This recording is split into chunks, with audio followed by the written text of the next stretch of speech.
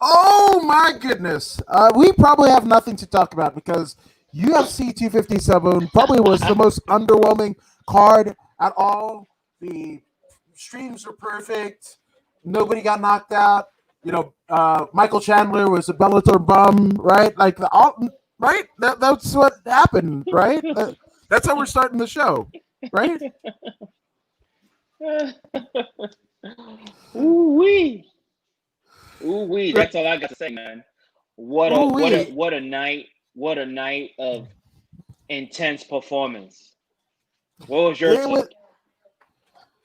yeah, I mean, a night of intense performances. It absolutely was. And again, if you guys don't know what you're looking at, this is Voodoo in the Woods with Opias Lobo, former UF MMA champion, better known as Voodoo Maximus, and I'm According to Woods, and we break down fights. And my goodness, there used to be a day where you like Kim Kardashian could post an ass selfie on social media, and that would be breaking the internet, and whatever. And that was a euphemism, right? But I mean, pretty sure the MMA internet fucking broke down last night. It was insane, man. Like, what was your take on it? Whew. Oh my goodness. From the very first card up until the very last card, it was you know what, actually, early on, the early prelims and the prelims were they were easier to point out what was going to happen. But once we got in the main card, it got it was more up in the air, right? But Yep. even an educated guess couldn't have predicted the outcome that we witnessed. Yeah, I mean, out goes a lot of things went a lot of places, and oh man, it was just you know. And Don McGuire says right off the back, gotta rub it in. I call Dustin Poirier. And I mean, I'm not. It was a good fight. It was a good fight, good performance. Yes, it All was. praise, going to Dustin Poirier, and I mean none other than Conor McGregor himself saying such kind words, and it's Mhm, absolutely deserves. mhm, Not to say I think it's fair to say, right? We're not nut huggers of any one person or whatever. It's just like if Conor won, it would be like same thing. Poirier won, great, what have you. I actually mhm, thought the co-main had a lot more stake in it because I kind of felt like I knew how the Connor thing was going to play out. Like I mhm, mhm, just and we could have been looking at his last fight in the UFC, and I feel that way today. I don't I kind of don't want to see him anymore, and I know it's weird to say, but I guess I mean I guess we'll get to We'll that, get to right? it. We'll Yeah. get to it. There's a whole lot to talk about in regards to that. We'll get to Yeah, yeah. So I mean, I guess we'll start off with the ESPN Plus. I mean, a part of the night, right? Because we had it. Amir Albazi against Salgas Hmm. Zuma Zuma Gulov. There it is. Zumangulov, yeah. Yes, Hmm. and Yes, this yes. one. This one I didn't expect at all. Amir Albazi just Albazi the ever living hell out of Zalgas. I Hmm. mean, Hmm. Amir Albazi put his Albazi in Zalgas. It's his Zalgas. Like that's Hmm. literally what happened, man. Right Hmm. off, from the opening bell to the final stanza, it looked like it Hmm. was all Amir. It was the Amir show, and we were just kind of Hmm. watching it. Hmm. Hmm. Yes. Amir is a more polished striker than Zalgas was, and this was what made the difference in the match. Their grappling, I will say, canceled each other out, but Amir his hand speed and hand combination were a lot cleaner. His kicks were cleaner. Zalgaz was only looking forward to throwing a huge overhand left or overhand right. He wasn't polished with his striking, and that made a difference in the decision. So shout out to both fighters. Zalgaz he's game. He's not afraid of anyone. He comes to fight. He comes to win. But on this day, Amir was the victor. Absolutely, absolutely. It's a shout out to Amir Al-Bazi for this one. But going into the second fight of the night, we had. I mean, this one went the exact way that I think we pretty much summarized on Mm-hmm. Thursday, and That's we good. had essentially Movsar Evlov, who is 13-0 going into this contest, and rising to 14-0, undefeated, and he faced the wily veteran, the Carney Nick Lenz, and this ended up Mm-hmm. being Nick Lenz's retirement fight because shortly after the fight, he ended up going on his social media pages and basically saying that he had a 2 year layoff because of an eye injury, that he has sustained early in the year. So it took 2 years to kind of get to a point where he felt comfortable. Not to say that he wasn't training or whatever, but competition, right? And putting all of that on the line essentially. But he was saying things Mm-hmm. like it was hard for him to lock eyes on his opponent. So you've been in the ring, you've been in the cage yourself. Not being able to focus on your opponent, what mindset would that make you believe? And to kind of highlight the injury of the Carney Nick Lenz. Well, when you're doing combat, sight is the most important attribute in combat. Sight. If you can't see, what are you gonna do? Use your ears like the movies? It Yeah, doesn't work like that in real life. I don't care how good you are. I don't care how good you are. Save that for the movies. Nick, I had no idea that he had blurred vision. That he was living under circumstances. mhm. And for him to go in there against a guy like Mavsar Evliov, oh my goodness. Mavsar is like you said, an undefeated Russian. Now he's 14-0. As you can see, the man has rubber neck. I mean, I've seen him caught in so many submissions. He's been caught in triangles. He's been caught in guillotines. Like he kept getting caught. Sooner or later, his luck's gonna run out in regards to submission. He's gonna run into the wrong one, and someone's gonna choke him out cold. But so far, he's been getting away with it. You know what I'm saying? His striking is fabulous, as you can see. That last round was just a beautiful highlight reel like performance. And Nick Lynch, tough as nails, tough as nails. Even though he sees 2 and 3 Evliov in front of him, he still went after all three of them. You know what I'm saying? The man is a warrior. The man is a warrior, a vet, and going out like this is not a bad loss. He lost by split decision. He was in the fight the first two rounds, but the lack of vision and the young man in front of him with crisp kickboxing. It's only so much you can do being a vet like that. So shout out to Nick Lentz. You know what I mean? Um, this one goes out to you, Nick. Yeah, and this is one of the coolest things of the night and the subsequent morning after, because obviously the time difference and everything in Abu Dhabi.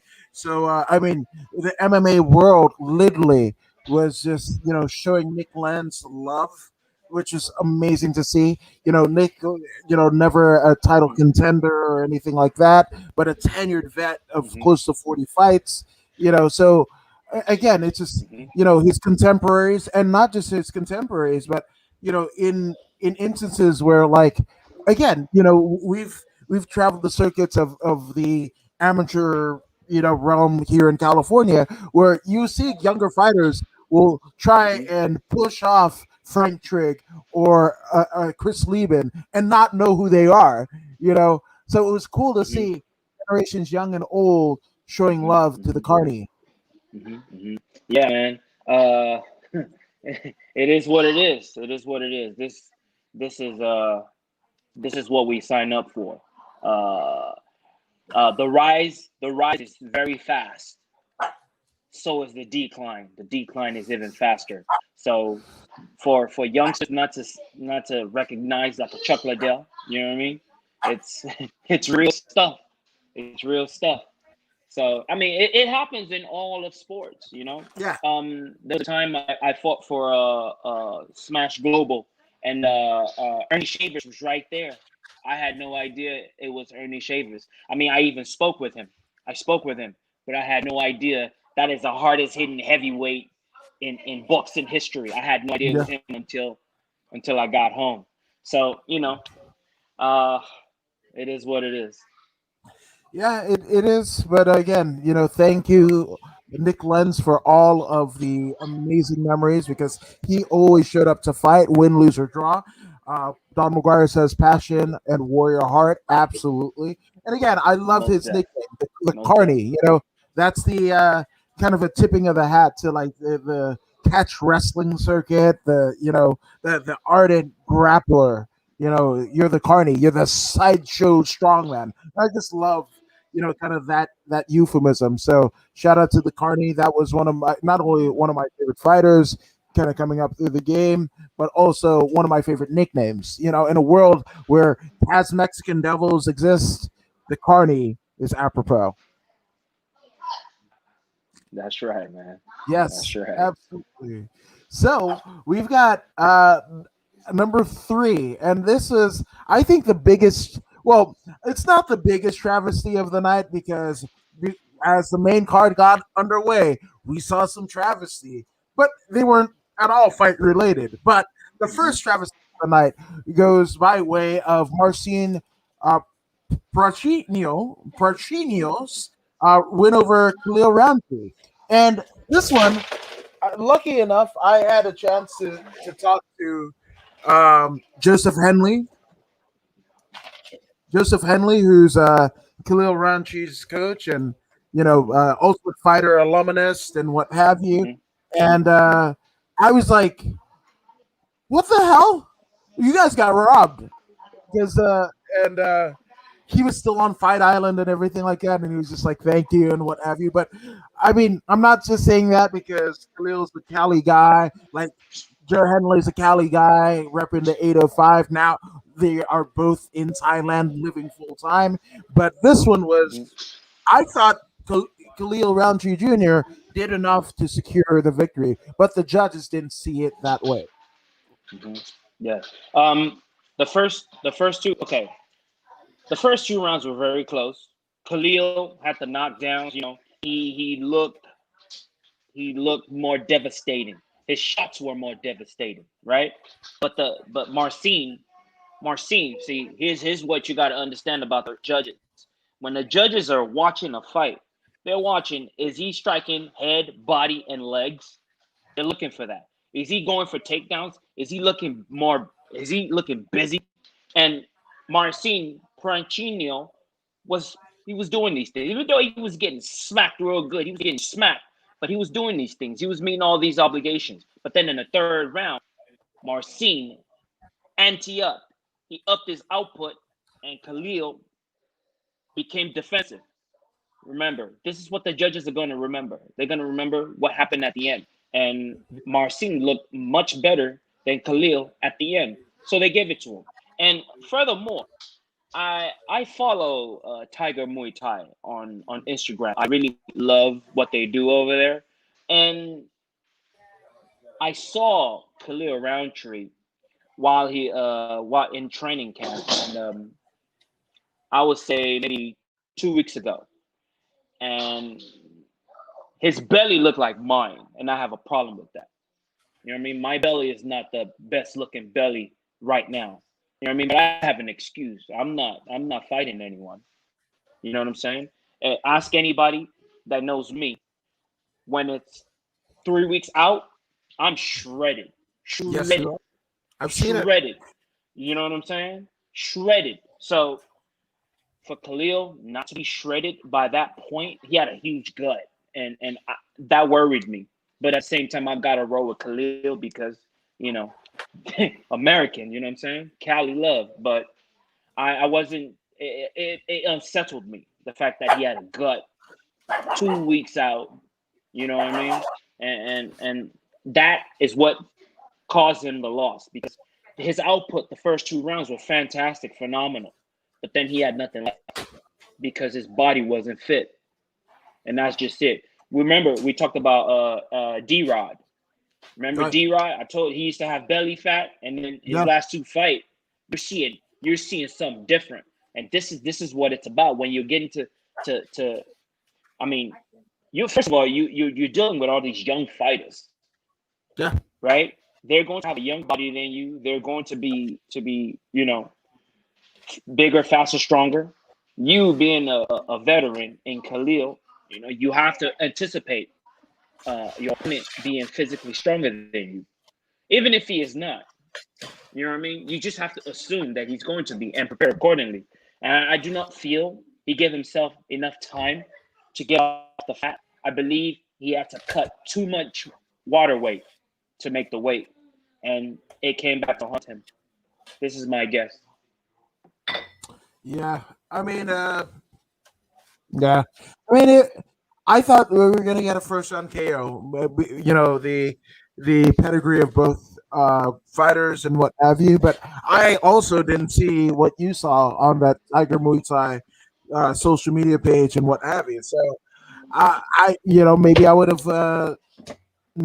have bet it a different way. But yeah, to me, I thought he landed some power shots, but I absolutely see your point. And if you never know how the judges are going to score it, right? Is it significant damage or the volume of punches, right?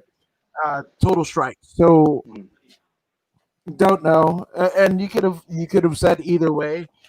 I thought, and a lot of like the MMA kind of not just like Twitter, but all of the social medias pages, they were like, "Ah, man, you guys got robbed." Da da da. So I that's the way that I felt, but I don't have the the knowledge that you had beforehand. So maybe it would have went another way in terms of my pick, but um, Uh, yeah, sometimes you win, sometimes you lose. Sometimes you win, sometimes you lose. Exactly. But I was gonna pick Khalil Roundtree anyway because he is the better striker. Yeah, He is the better athlete. He just didn't prepare himself. He didn't give himself enough time to get the weight off properly. That yeah, that was his mistake. This is a fight that he clearly won, but that third round didn't look too good. It didn't look too yeah. good. That's where he struggled. I thought he won round and two. I mean, rounds one and two, and then he pretty much sketched up the third round. So I had split decision, but But when it went split yeah, decision the other way, I was just like, oh, I guess. I mean, that's what they're seeing. yeah. See, the thing is, Khalil landed the more solid shots, but Marcin threw more volume. You know what I'm saying? So it kind of weighed in his favor, especially when Khalil didn't come out at all in the third. You know what I Right. mean? First, second, Marcin pushed the issue. He pushed the pace. He was getting lit up, but yet he kept coming forward. Judges look at that and they like that kind of stuff. You know what I mean? He's bringing the fight to Khalil, and Khalil was lighting him up too. He was lighting him up. He just never got to finish him. Yeah. I love another thing that I love about Khalil was when he stunned him and he dropped him. He didn't rush in and blew out his gas tank. So you see the maturity. Though young Khalil would have been like, "Oh, I gotta kill this guy," but he Yep. took his time. He took his time in the second, and he went in. You know what I mean? He went in there like a professional. So Khalil, we haven't really seen Khalil yet. He hasn't even peaked yet. That's a good thing. You know what I mean? He hasn't taken much damage. What, 8 fights? Nine, Right. no, 8, 9, 10, 11, 12, 13 fights. Not bad at all. Not bad. He's still in the positive. He still has more wins than losses. So he still got time, and he's still filling into his grown man body. So he still got a lot of improvement to do. Yeah, but that improvement we probably won't see in the octagon because he said going into this fight that this was going to be his last, and he kind of Khalil, yeah, absolutely. Oh. Yeah, and he kind of alluded to it, in the Joe Rogan podcast, and you guys can check that out in Joe Rogan's archives. But essentially, he was when he first started, training, in MMA. He was a fat kid. He essentially got bullied, and and then also liked to fight, right? So with that all being said, the place where he's at now, and especially living in Thailand, it's kind of whatever Hmm. chip on the shoulder that he felt he had, and this is by his own self mission. Obviously, I'm paraphrasing it, but that whatever that chip that he had was going over to Thailand and seeing how people are so happy, and they don't have what we have here, and he was just like, "That's Hmm. it, that's it," and the cost of living is so much. Lower than it is in Southern Cheaper. California, in America at large, by comparison to Thailand. And he was just like, "That's it. I'm good." Hmm. Same thing to Joe Henley, right? So they're both in there. Joe Henley is Khalil's coach. Bing bang boom.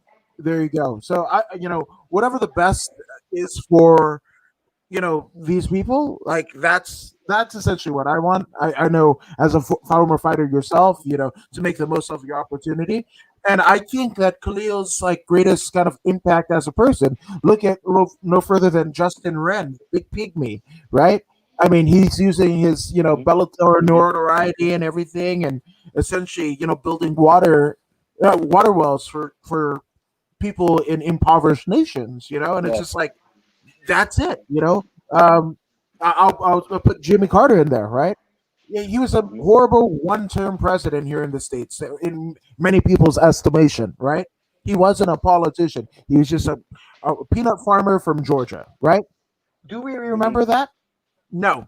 We remember Habitat for Humanity. Jimmy Carter, literally, as a former president, getting on the roof and hammering nails for people's homes that couldn't afford it otherwise. Like, that's what we remember, Hmm. right? So Hmm. sometimes, Hmm. if somebody breaches the pop culture lexicon and essentially assumes a certain level of stardom or notoriety or whatever, what they can parlay that to is crucial. And I think Khalil, and whatever he does, I think, especially, I mean, again, we were talking about that Gokhan Saki fight, and knocking out Yes. arguably one of the greatest strikers there has ever been in any sport, and he knocks him out Hmm. in the octagon. That's career making. He could have hung it in, like he could have packed it in right after that, hung up the gloves right after that. He did it, Hmm. but whatever he's figured out, he's figured it out, and the figuring out process is figuring out that fighting is no longer a part of his life. So I'm all for it. That's cool. Get in, get That's out. cool. It's funny, right? Because and I guess we'll get into it, but obviously nobody faults The Rock, and if they do, then what the hell are you, right? For only staying in wrestling Hmm. from start to finish 7 years, right? McGregor, when he started to where he is now, whatever. These are two guys that do not need it, So I'm all about them never stepping in a ring or a cage again, because their fortune, their legacy, Hmm. far eclipses that of the ones that they had in the cage and the ring, respectively. Hmm. So Hmm. I'm all for it. Get in, get Yeah. out, make your money, Hmm. and And throw up the bounce. deuces. Yeah, Yes. I'm all for it. Yes. So shout out to Yes. Khalil Hey, Rountree. hey. Yeah. Shout out to Khalil, man. Thank you for your contribution to the sport, and good luck to you, and good luck to your family in the future. Absolutely. And who'd have thought, in the first three fights of the night, we would have two retirements back to back. Who'd have thunk? Had no idea. But Hey, but again, there was I believe there was another match before that. Andrew Sanchez versus Mahmoud Muradov. uh, that Or was was that Andrew. after? No, that was higher up on the card. That happened. Oh, okay. That Yeah, I want to say that was the last the that might have been the yes, that was the first fight of the prelims, not the pay-per-view card. Okay. So Okay. yeah, Okay. Okay. Cool. because I Okay. want So to it's say still that good. yeah, absolutely. Because the next fight Okay. after that was the first finish of the night because we had Sarah McMahon, formerly 12-5 going into this, and she faced the one and only Venezuelan vixen Juliana Pena, who basically climbed to 10-4, Yes. a rear naked choke, the Yes. first submission of the night, Yes. the very first finish of the night. Um, now Yes. this was impressive, but I think you would appreciate what happened after because I think that's the talking point, right? What did she do after? Yes. She did everything perfect. Everything was perfect. Everything she did was perfect. The way she approached the fight itself, the strategy and engaging in that fight was phenomenal. Her idea was okay. This is a wrestler. There's no need to waste my energy. I'm going to stand with her. If she brings the wrestling to me, I'm going to try and defend it and keep it standing. But McMahon is such a strong woman at 40 years old, still, as you can see, shredded to the gills, and she's just an ultimate weapon. You know what I mean? A silver medalist in the Olympics. Come on, man. Come on. Yeah, Top level competition. But she never evolved, and because she didn't evolve, her wrestling became obsolete. Juliana, you know what I mean? You go to the ground with her, she got that, she can fight her back. yep, She's like a Tony Ferguson type character. She can fight yeah, off her back, she'll still be from her back. She's ready to go, but don't let her get on top of you because if she does, you're done, dada. And that's pretty much what happened. Juliana was able to secure the top position. She took the back, you know what I mean? Sucked the rear naked choke in and worked until she got it. And once she got it, she didn't let go. You know, she made her tap. And then upon making her tap, you know what I mean? She grabbed the mic and she made good use of her time. She might not get a title shot, but guess what? The champ was talking about her. And if this champ is talking about her, everyone else is going to pick up on it. And if everyone else picks up on it, guess what? Her name is going to ring a little bit louder than the victory that she secured, which is magical. Magical. This is how you build your platform. People don't have to like what you're saying. As long as they're talking about you, that's all that matters. That's all that matters. Hey, negative, positive, who cares? This is business. This is a fighting game. You know what I mean? If you look at WWE, you are either a baby face or you are a bad guy, a villain. You're either yeah, way. People are gonna buy tickets to see you win or to see you lose. Right now, she's playing the villain, which is fine. Which is fine. She needs the publicity, and she did phenomenal. This is how you use the mic. When you get a chance, don't talk about your manager. I don't want to hear about your manager. You know what I'm saying? Plant a seed. Plant a seed. Now, if Megan Anderson, if anything should happen, and Megan Anderson is injured or whatever, and she can't make the fight against Amanda Nunes, guess who people are going to remember? Somebody was talking smack, right? I want her, Juliana Pena, just like she could get a title shot, just like that, just like that. yeah, So there you go. Stay ready. You won't have to get ready. yeah, absolutely. And again, if you're in this game and you don't want to be champion, like maybe you shouldn't be in the game, right? Like that's it. If you're gonna put in the miles and the time and the injuries and all that jazz, you might as well make it for a title. So I get it, And but good. and furthermore, by the way, she stated her case for why she should be the number one contender. She's like, this girl only won 3 matches. I've been here since the beginning. Yeah, I've been blood, sweat, and tears. I came in through the Ultimate Fighter, fighting all tough fighters. She's been in there with animals in yeah, the division, animals, and she's good still deal. here. Megan Anderson comes from nowhere, and she's already got a title shot. What's going on here? It didn't make sense Well, to her, and then you she get made that clear. She made that very clear. well. I mean, she's not exactly a nobody, right? Because for all we heralded Chris Cyborg for being a an Invicta featherweight champion, right? That win over one Megan Anderson, right? That's essentially it. Megan is a former Invicta champion, um, so Yeah. it's not like she she's a slouch, right? But it's weird because I don't know. I just never saw. It's been years since I even considered Juliana Pena in the title contention. Like it's out of sight, out of mind. So I don't know how I Yeah. feel about it. I, Yeah. and she has the names on her record. She's got the record. She's as qualified as anybody, whatever. But Hmm. again, at the top Hmm. is the lioness, the queen of the jungle, Yeah. Amanda Nunes. True. So True. I just That's true. That's true. I, what else would you do but call out the champ? What, she's gonna call out somebody else? That makes no sense. If she play called out somebody, listen. If she called out somebody else, no one will remember this interview. right. We are talking what, some 10 minutes now about the same person, basically, because she did what she did.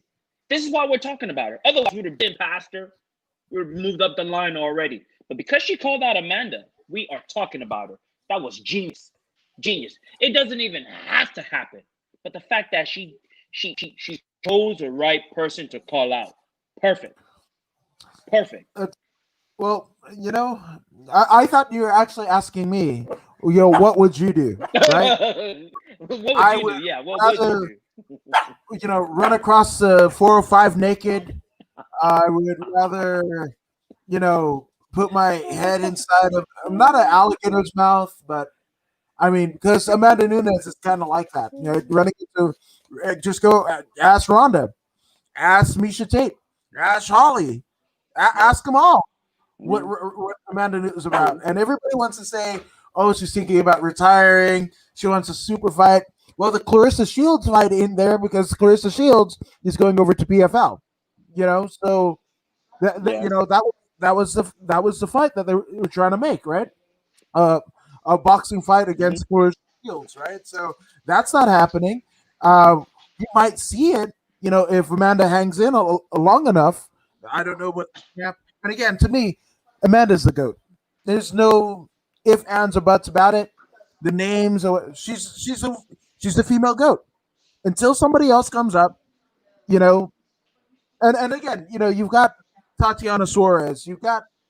There are names that could assume the mantle, but right now, she is my goat, Right. 100%. She's the greatest of all time. Okay. That's cool. That's cool. That's cool. Which is why it makes so much sense to call her out. You Yeah, want notoriety, you want to be recognized, you want to be seen, you gotta call out the most visible, vibrant person in the league. And Amanda's that person. You know what I mean? Now she's rubbing shoulders with Amanda on social media, which is phenomenal for her. She's such an intelligent woman. yeah, and a commentator for Combate America. So I mean, There you it's go. not like she doesn't know how the game works, and having been in the game for as long as she has, there you go. So I don't know. We'll see. We'll see. Megan Anderson finally getting her shot because she's supposed to have had at the very least, a featherweight title shot since, like, I don't know, man. Holly Holm was champ. Like, it was supposed to be Megan and Holly Holm. So it's been a while, and Didn't obviously, Ollie Holmes already beat her? did Ollie Holmes already beat her. didn't you? Yeah, Ollie Holmes outstruck her. Yeah, Ollie Holmes whooped that ass. She outstruck her something terrible. Okay. Hmm. Yeah, but even so, it's like it's just weird. I didn't think about Juliana, but I guess that's where we're going. So I really don't know how to feel. Like, I don't, like, it doesn't Hey, excite me. hey, Doesn't. it's okay. It's okay. But just understand, for the 24 hours after the match, mission accomplished. Because we are talking about it right now. Yeah, and you're right. Should Seed planted. Yep. Oh shit! I swallowed a piece of candy and it Juliana, went baby, down. Juliana. Yeah, Oh yeah. shit. GL had me choking apparently. Um. Oh, so there's that, right? So I guess we go up, right? This one was, to me, was a really big Yep. surprise, right? Because he had a OG in Brad Tavares besting Antonio Carlos Jr. Mhm. and Brad Tavares figured Antonio Mhm. Carlos Jr. out in a way that I don't think that anybody in the UFC has figured out Antonio Carlos Jr. A while. We were talking on Thursday. This is a career making Mhm. match for Antonio Carlos Jr. or so we thought, but geez, Yes. Louises, this was whew, my goodness, Jesus, Eh, that it was phenomenal of Brad Tavares to go out the way he went out in this particular matchup. Uh, it was clear what the game plan was. It's no secret to this. Antonio needs to go in there, take to the ground, and sub him. Period. That's what he was supposed to do. But Tavares, coming back from knee surgery, and giving such a performance, the uh-huh. man was flawless. He was Yep. flawless. He was in the zone. He was he was in free flow. Tavares was in free flow. You know what I'm saying? Any opportunity that came towards his way that looked something like a takedown, he had it all shut down. He shut down all takedown attempts, which left Antonio to stand in front of him and take a serious beating. And that he did. He took a mad beating, and unanimous decision by Brad Tavares. Well Yeah, earned, well deserved. Shout out to Brad Tavares. You know what I'm saying? yeah. Straight Yeah. up. And OG showing that old school is cool. He's an Still old age got it. out. Yeah, the kid still got it. So shout out to Brad. Shout out to Hawaii. That really makes Hawaii, 2-0. Max Holloway's fight last Saturday, Brad Yes, Tavares. that's right. So shout out to Hmm. Hawaii. Just saying. All right. That's right. So That's right. Yep. so we had another unanimous decision. This one, Armin Sarukian against Matt. The Again, I keep on wanting to call him the freeloader, but the steamroller for Vola, right? And Mhm. we'll talk about this here, Mhm. right? Because this wasn't actually supposed to happen. This fight, Mhm. Armin was supposed. He went into Fight Island and he had Yes. an opponent, right? And his opponent, for whatever reason, let's look at the reason. Why was Sarukian's da da da da. Sarukian's original opponent, That's drew, right. yeah, Nasrat essentially withdrew because of an illness. So again, all healing going out to Nasrat because he missed his opportunity, right? But um, the reason why Matt Favola is on the opposite end because his original opponent, Omar Altazar, essentially, Mhm. I don't think we've seen a bigger like fall from grace, a literal fall from grace than one Otman Altazar. Because again, this is a guy who is riding high. He had stellar performances, even on the last iteration of Fight Island. He was there. He put up an impressive performance, Undefeated. undefeated, right? Moroccan flag. I had never seen the Moroccan flag up until that point, and it looked absolutely fun. It looked all science fictiony, all red with a green star. I was all like, that's cool, right? And this fool, right? He mission impossible his way out of the UFC. Like that's essentially it. He Tom Cruise on a rappel line or whatever. And for those who don't know, right? So Otman was not just pulled from the card, but released from his UFC contract because what ended up happening is he ended up bringing somebody into the UFC bubble. What had happened is apparently either he or somebody in his camp essentially climbed, like descended the balcony to get and cut the wrist tape, the access wrist tape off and give it to somebody on the ground, right? And then they made them climb to the wall. blah blah blah, whatever, right? Went into the room and then came and descended back down, right? And they switched out to the wristband to the original person and what have you.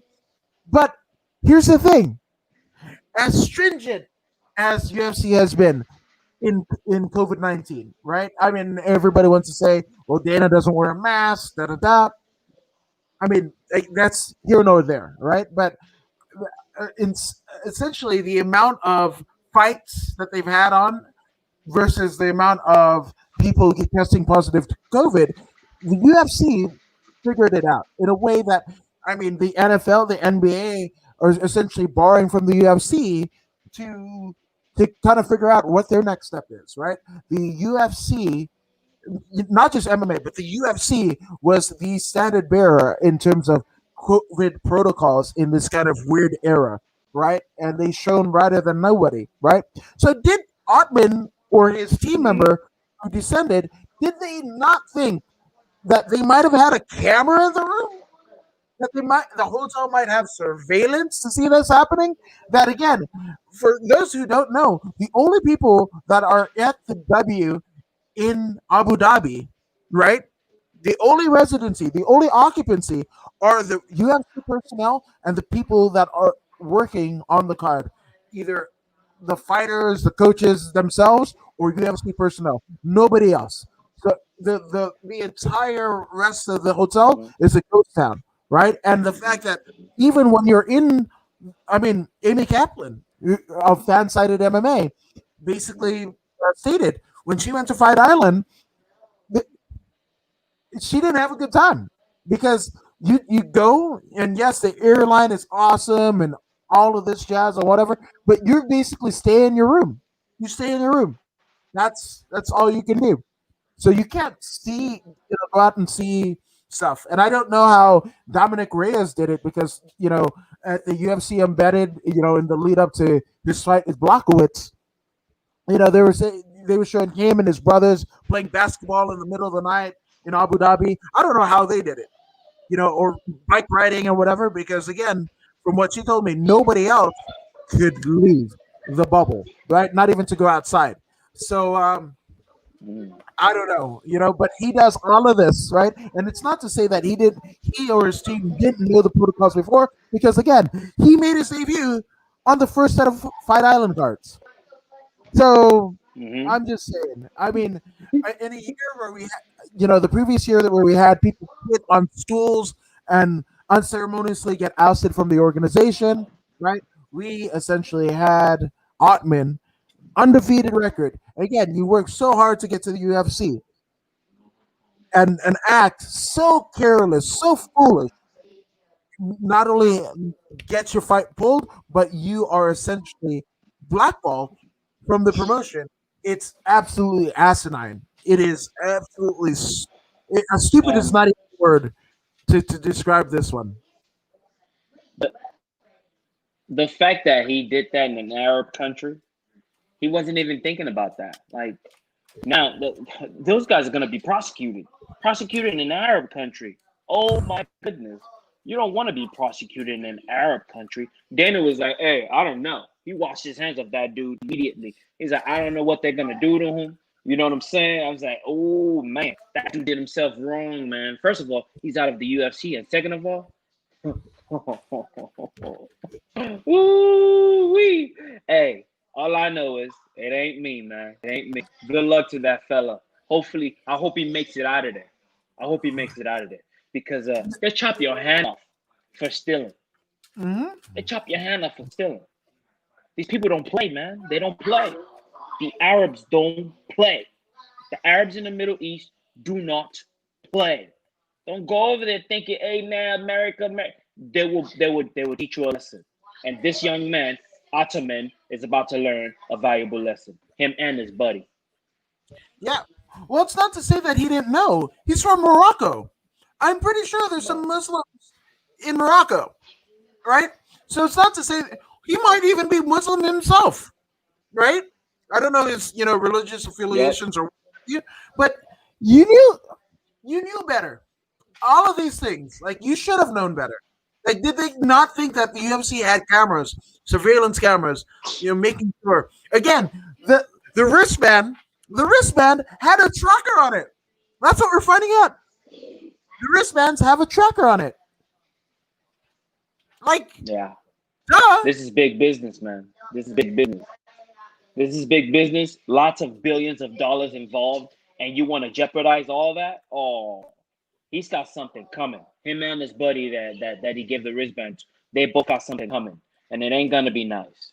But let's forget about those dudes. Armin Tsaryukian, my favorite Armenian fighter on this planet, was phenomenal against Matt Ferviola. He was perfect. He was the epitome of mixed martial arts.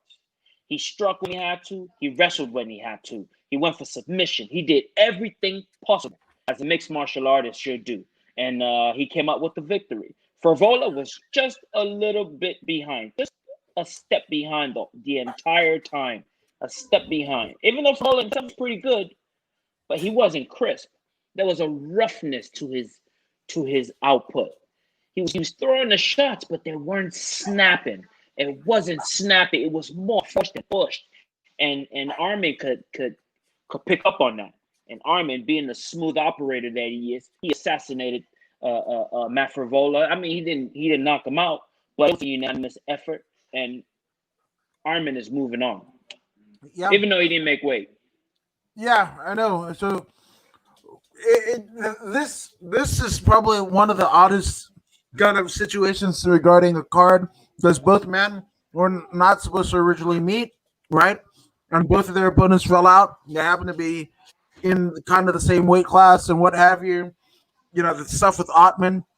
And again, what could be so great that you would want to risk your your opportunity, as Dana says, not your career, to do this, right? Like you I mean, this is like a John Jones s situation where hit somebody, whatever, run off into the night, and then realize you forgot your cocaine and money, and you go back to the scene of the crime and then run Okay, again. Like that's almost like it.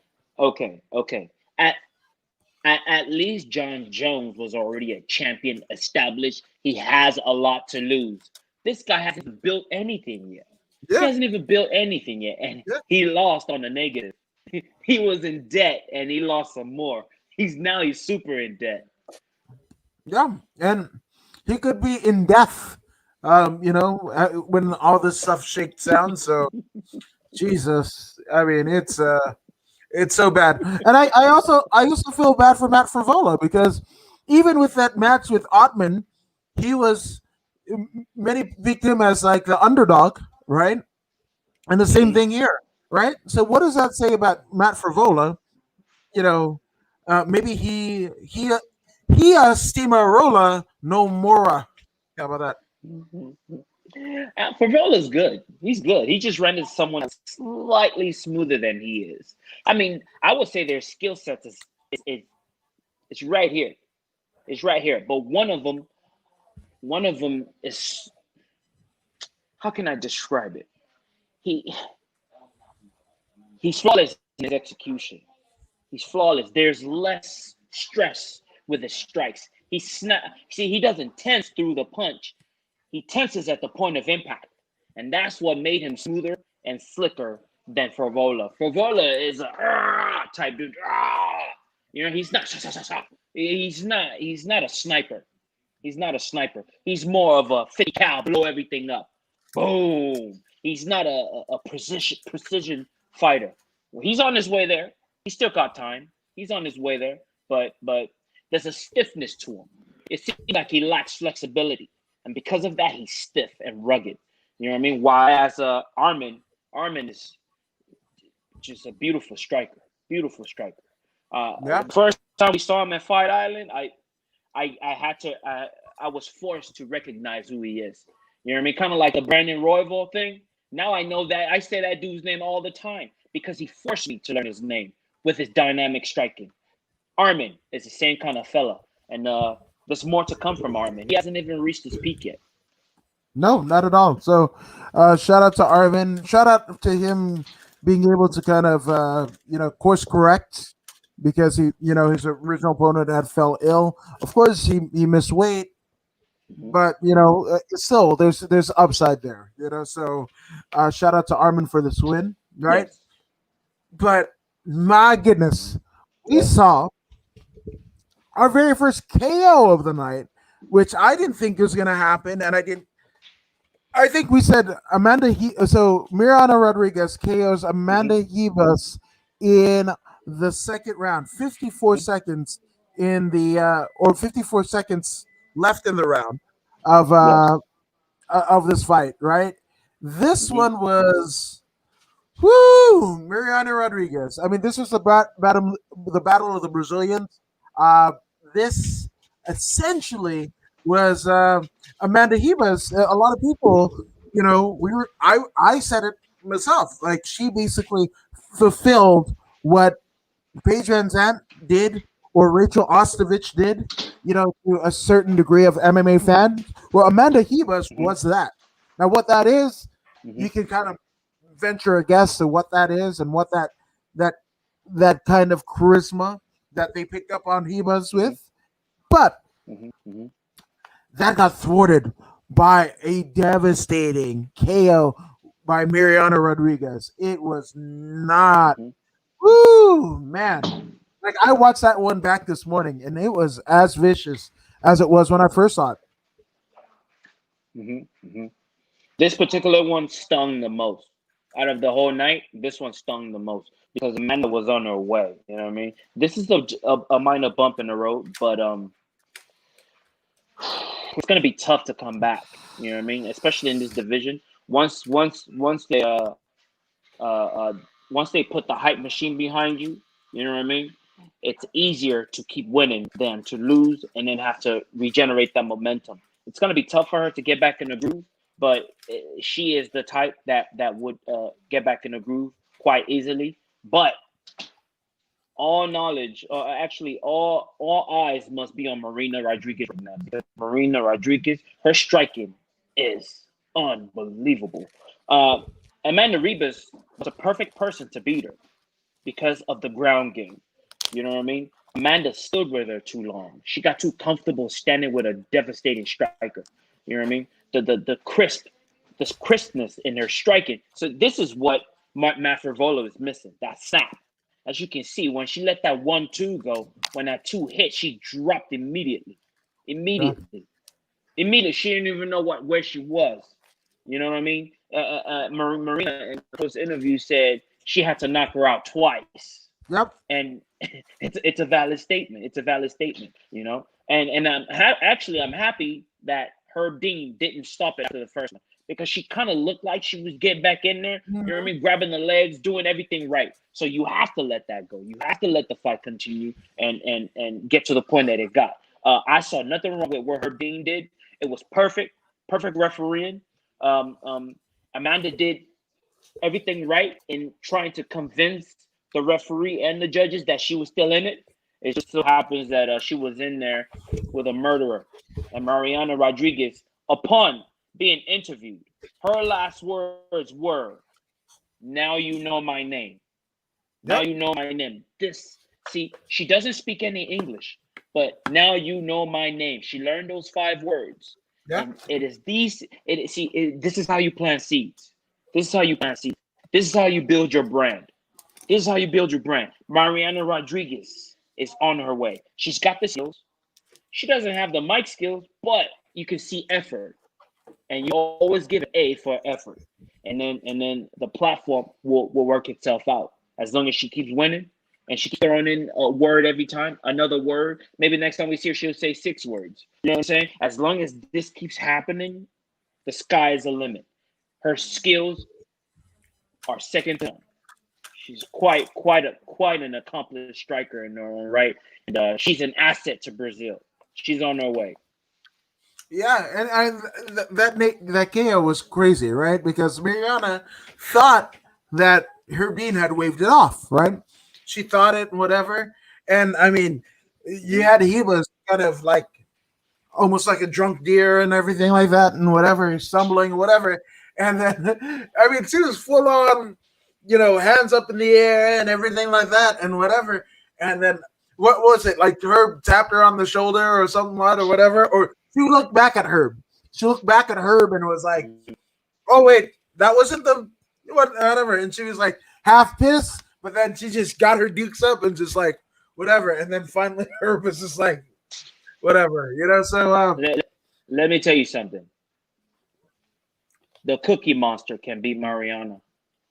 mhm, She can beat her. She mhm, can beat her. A good wrestler can beat her.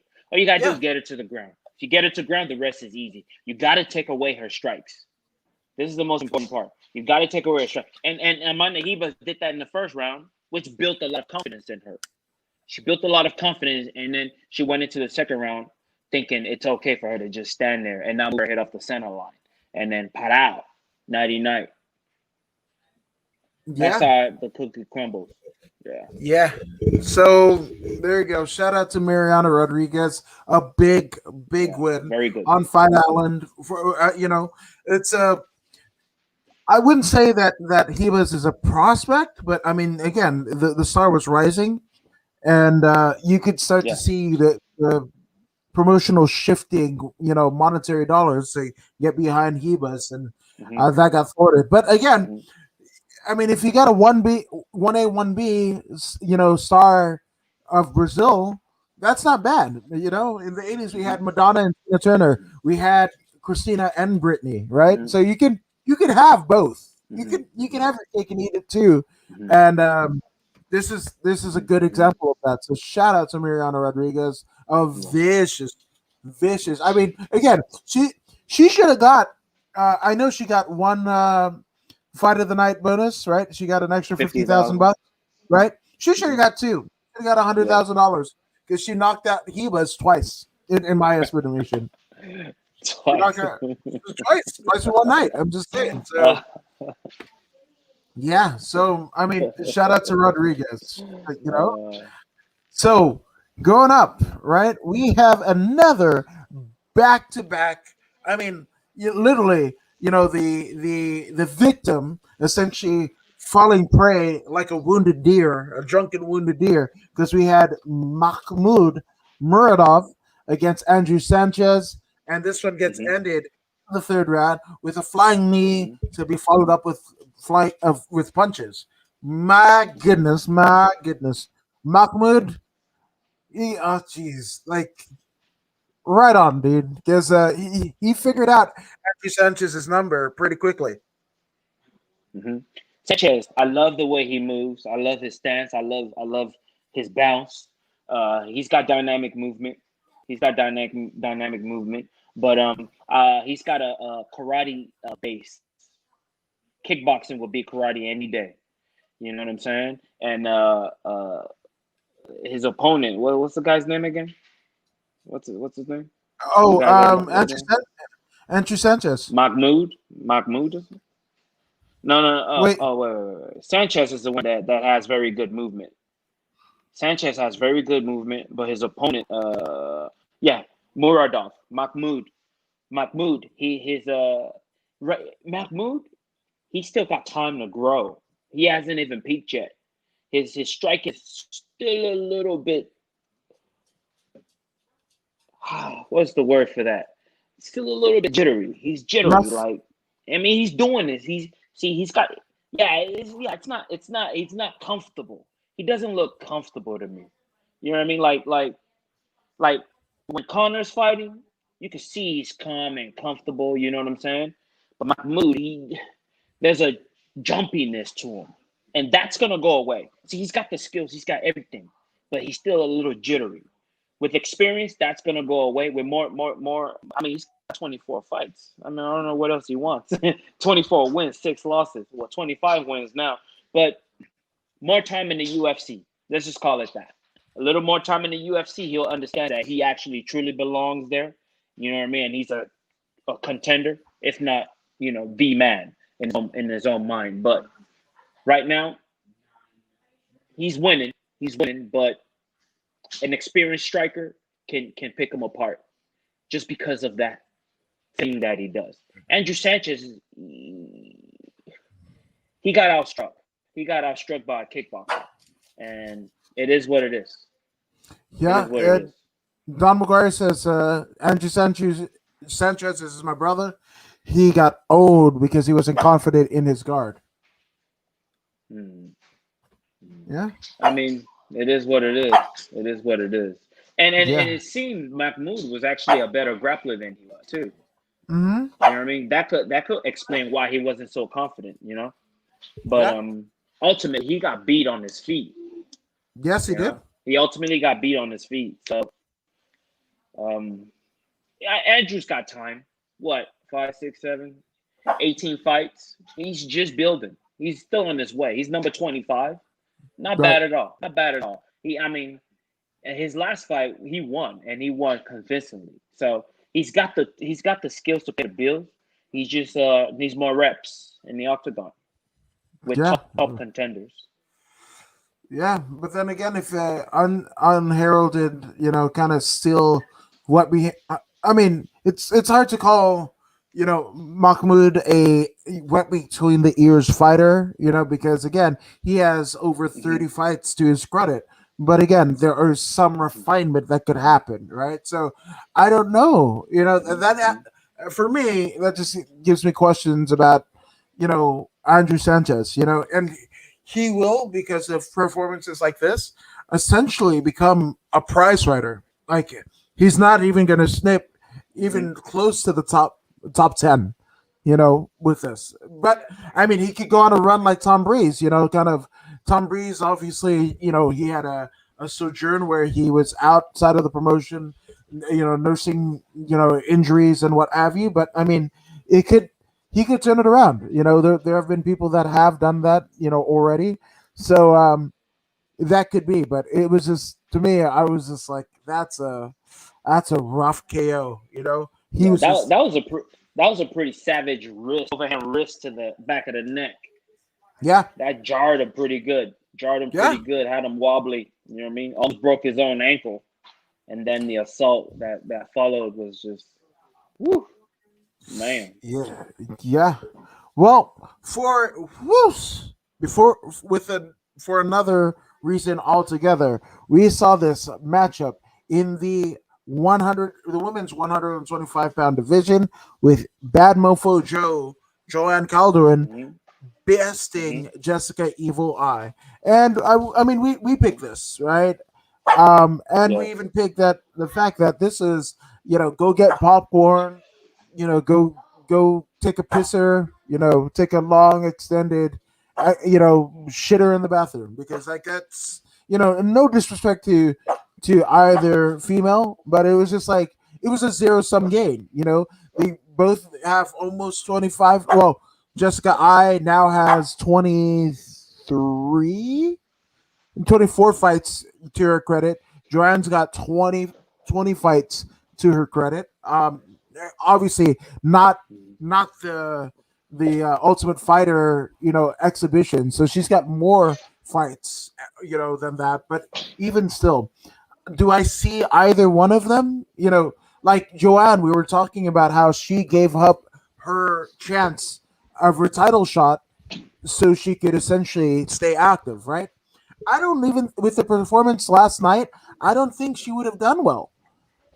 I think Joanne Calderwood is right where she needs to be, in the sense that, um, she's not an elite fighter. Like I find myself like Joe Rogan to Brendan Schaub, like, listen, you're not an elite fighter. Hmm. Looking at Joanna Calderwood yesterday, she's got the skills. The skills are there, right? But she's missing one key ingredient, which is the most important one in her case, which is speed. She lacks speed. She doesn't have those fast twitch muscles, which the champ does. The champ's got the same amount of skill that she has, right? She's a dynamic striker, by the way. Joanna is a dynamic striker. She was able to hit free flow on this particular night because everything she threw hit. She was attacking from every angle, throwing all sorts of shots. She even got so comfortable she started throwing spinning elbows, which is when she got taken down. But she didn't stop because of that. She kept throwing it. She was looking for devastating knockout. But Jessica, you at this level, man, boxing is not enough. Boxing is not enough. I say it every time. Boxing is not enough. The biggest muscles are in the legs. If you are not balanced out 50-50, punches to kicks 50-50, you would not be a top contender. You know what I'm saying? You would not, especially now, these kids are growing up in the gym, learning to punch and kick at the same rate. At the same rate. This is the age of dynamic striking. These kids are here and they're coming. Joanna, she's smart enough to evolve with the time, but she lacks fast twitch muscle. And when she gets an opportunity versus Valentina, she will get smashed something terrible. Something terrible. Unless she starts a program right now, a speed program, like get with some track coach and build those fast twitch muscles. You can snap faster and move faster, laterals faster. Until then, she's gonna lose. It's not that she's not skilled enough to get in there with the champ. She's got the skills to get with the champ. She just don't got speed, and that's gonna cost her dearly. Hashtag speed kills. Speed absolutely kills. Which Don McGuire, in regards to Andrew Sanchez, had him. And Andrew Sanchez was dancing. He got his Sunday shoes and he's booking with you. My goodness, he was. Yeah.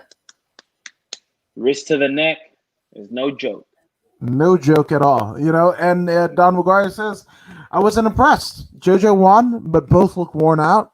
100%. I mean, that looked like a flattened tire or Voodoo's dog. Lack of speed. Oh, or Voodoo's dog trying to chase him up a hill here in California, and Voodoo is a PETA volunteer's dream or nightmare. You got for those who don't know, Voodoo got a dog specifically for the dog to outrun him. This poor damn puppy. Look, he's a freak athlete. Entering the sport of MMA at 35. At 35. I'm 35 now. I'm no closer to being anything other than sitting on my ass talking about fights than I was like 2 years from now, right? Or 2 years ago, right? So with that all being said, Voodoo's dog, poor little puppy, got to chase this madman all the way up a damn mountain. Damn thing. If I were it, I would have fucking tapped out first 30 steps. So shout out to your dog. But it looked like both Joanne Calderwood and Jessica Evil Eye were not dogs. Yeah. I this Joanna Calderwood, I believe she's a mother, a single mother, which is why I ride for her. But she doesn't do anything about that lack of speed. She might get to see her child again because Valentina will F you up. You can ask Jessica what happened to her. You know what I mean? Jessica is flat-footed. She's flat-footed and she lacks speed. And she's only a boxer. It's very easy. It's like Floyd Mayweather coming into MMA. Mm-hmm. Look how good Floyd Mayweather is as a boxer. He comes into MMA, I'll beat him right now without training. I can beat Floyd Mayweather in MMA. It's very simple. Just take him down. Very simple. You know what I'm saying? Very, very simple. But Valentina is that next level, the upper echelon, as they call it. That cream of the crop, that cream that never comes down. You know what I mean? She is helium. She is helium in a balloon that never escapes. She keeps going up and up with her skills. Her speed never wavers. You know what I mean? Her intent on destroying any opposition. I mean, she has no problem getting in there with Amanda Nunes, the baddest fighter right now. No problem. The only thing that might get in the way of her getting in the right pay, and I can understand. Pay me what I'm worth. I'll get back in there with Amanda. Amanda's the only competition she has. A bigger fighter is the only competition. No one her size measures up. No one. Only the current best in the world measures up to her. And Calderwood is supposed to go in there against that. Good luck. Yeah, I mean, again, I feel myself quoting CM Punk, "Luck is for losers," and I don't think she's got it. Now giving some insight, Don McGuire says he shot her. I'm assuming in Invicta, right? He shot Calderwood before. She doesn't seem to have the heart that she once had, which I've noticed that too. I don't know, Joanne Calderwood today versus like the Joanne Calderwood even on the Ultimate Fighter is different. Even in Invicta, like that, she's different. I don't know what happened, but I want to say right around. Hey, I want to say it was right after that, like that Valerie Letourneau match, right? That was it, and then she lost to Caitlin Chikugian, which yeah, who doesn't? submission. Yeah, absolutely. So Yeah, it's tough. It's tough being a fighter and a family person. It's very tough. It will yeah. affect you. It will affect you. It affected me. Significantly affected me. I would say it affected me at least 75% out of 100. It's major. It's major. Now think of Joanna Calderwood. She's a single mom. You know what I mean? She has to go into the lion's lair to grab a piece of meat and make it out to feed her child. If she Mhm. doesn't make it out, who's gonna feed her child? See, Yeah. these thoughts in your mind slows you down, immensely. Decisions that you would make as a single person, you have to consider: is it worth it? And while you're considering such things in such an environment, you could get tagged. You could Hmm. get tagged. You know what I'm saying? It's heavy on the mind when you have to think about your family. It's very heavy on your mind, but it's a double-edged sword. It can push you immensely, or it can get you cut down. You know what I mean? So it depends on how you use it. But at the same time, it's an unnecessary thing to think about. You know what I mean? It's an unnecessary thing to think about. Any people, any you fighter that I train with, I always tell them, watch out with the kids, man. Make sure you're an established fighter before you start dabbling with kids. Keep the hat on. I always tell them. Ask Julian Baez. Ask anyone that I train with that's young. You know what I mean? I tell them the same thing. Don't have no kids. Don't have no kids. You want to be a fighter? Don't have no kids. Watch Hmm. out for that. Keep that hat on. I always tell them, have your fun, but keep that hat on.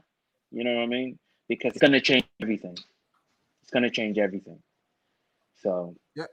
Yeah. I usually have my hat on, but apparently my hair kind of looks not good. I should have kept the hat on. I should have kept my hat on. You know. So just saying. And Donald Garner saying that Megan Anderson and Nunes is a joke of a fight. A lot of people yeah. are saying that, but I mean, a lot of people were saying that the Nunes Cyborg fight was kind of a joke, and we saw what happened there. Speed killed in that fight. It was Yeah, speed. You know what I mean? I mean, Cyborg is a complete fighter. She's a black belt in jiu-jitsu. So is Amanda yeah, Nunes. She's an right. excellent kickboxer. So is Amanda Nunes.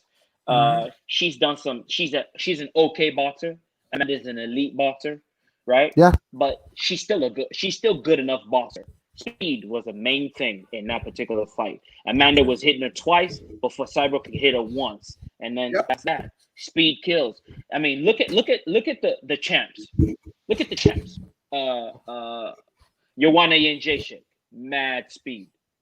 The current champ, Zhong Weili, yeah, mad speed, hand yeah. speed, incredible. You know what I mean? Rose Namajunas, hand speed, incredible. All the top fighters, hand speed is incredible. So speed kills.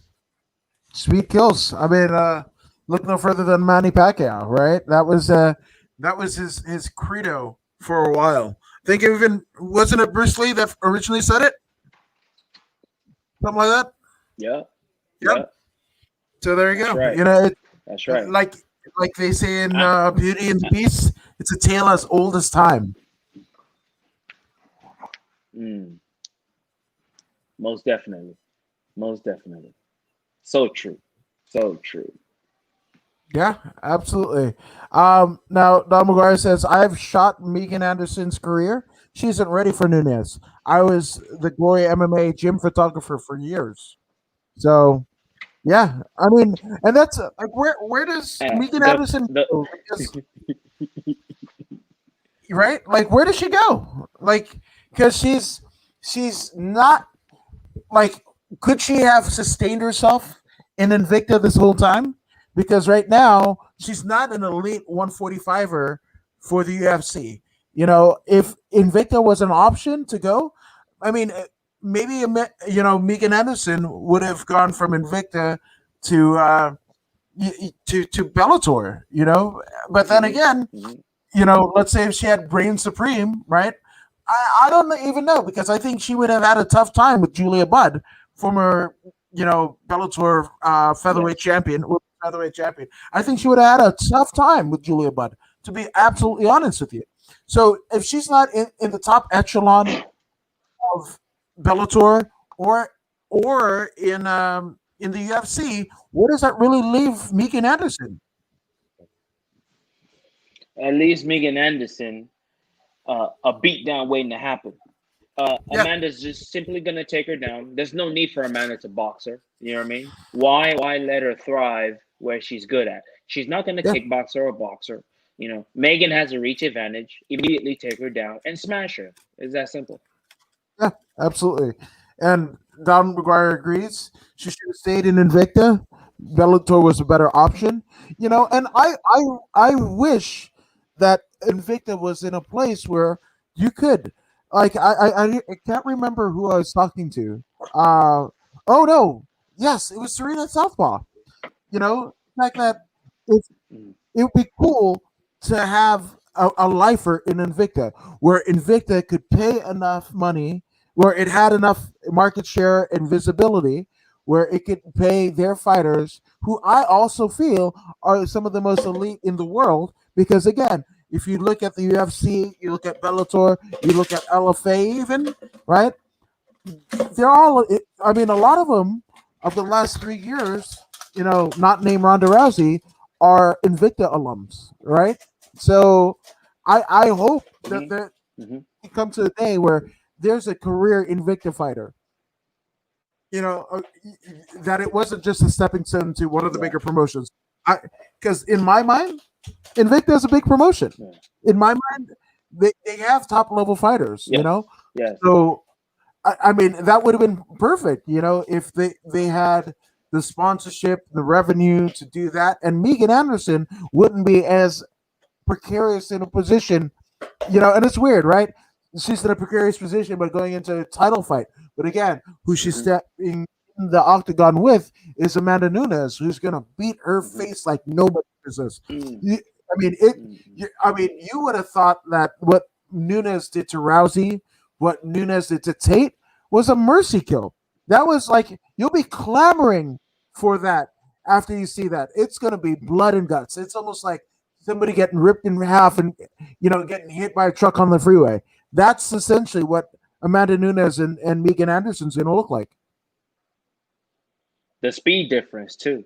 Megan is not that quick because of the length. You know what I mean? She's not that quick. Amanda's gonna rip right through her, man. The body Mhm. shots, the body head to the takedown, and then that's it. Yeah, yeah. Now, Don McGuire says the UFC pretty much brought out Invicta FC and left the promotion without top level fighters, which, yeah, True. we're seeing that now. Yeah. It's that Yeah. Invicta I cards mean, now, versus Invicta cards like 2 years from now, 2 years ago. It's a complete night and day mhm, difference. Like mhm, Invicta feels a little bit more like the yeah. LFA of women's MMA now, and hmm it hmm didn't use. Yes. Yes. Yes. You're absolutely right. Invicta is the filtration for females into the UFC, and it's actually a good thing that they are always losing top stars, right? Because they're graduating and they're moving up to higher promotions. This is a good thing. And also will allow for younger folks to be able to prove themselves in Invicta. Once they prove themselves, they'll get the nod, and then they'll be able to move up as well, either to Bellator or the UFC. This is a good thing. We want this for our women fighters. More turnover, more turnover. See, the males are packed, right? The roster is what 600, let's say 700 fighters. Maybe 100 are women, right? Yeah. Maybe less, right? So if Invicta is losing fighters, that means those fighters are moving up and going to the UFCs and the Bellator. So that's a good thing.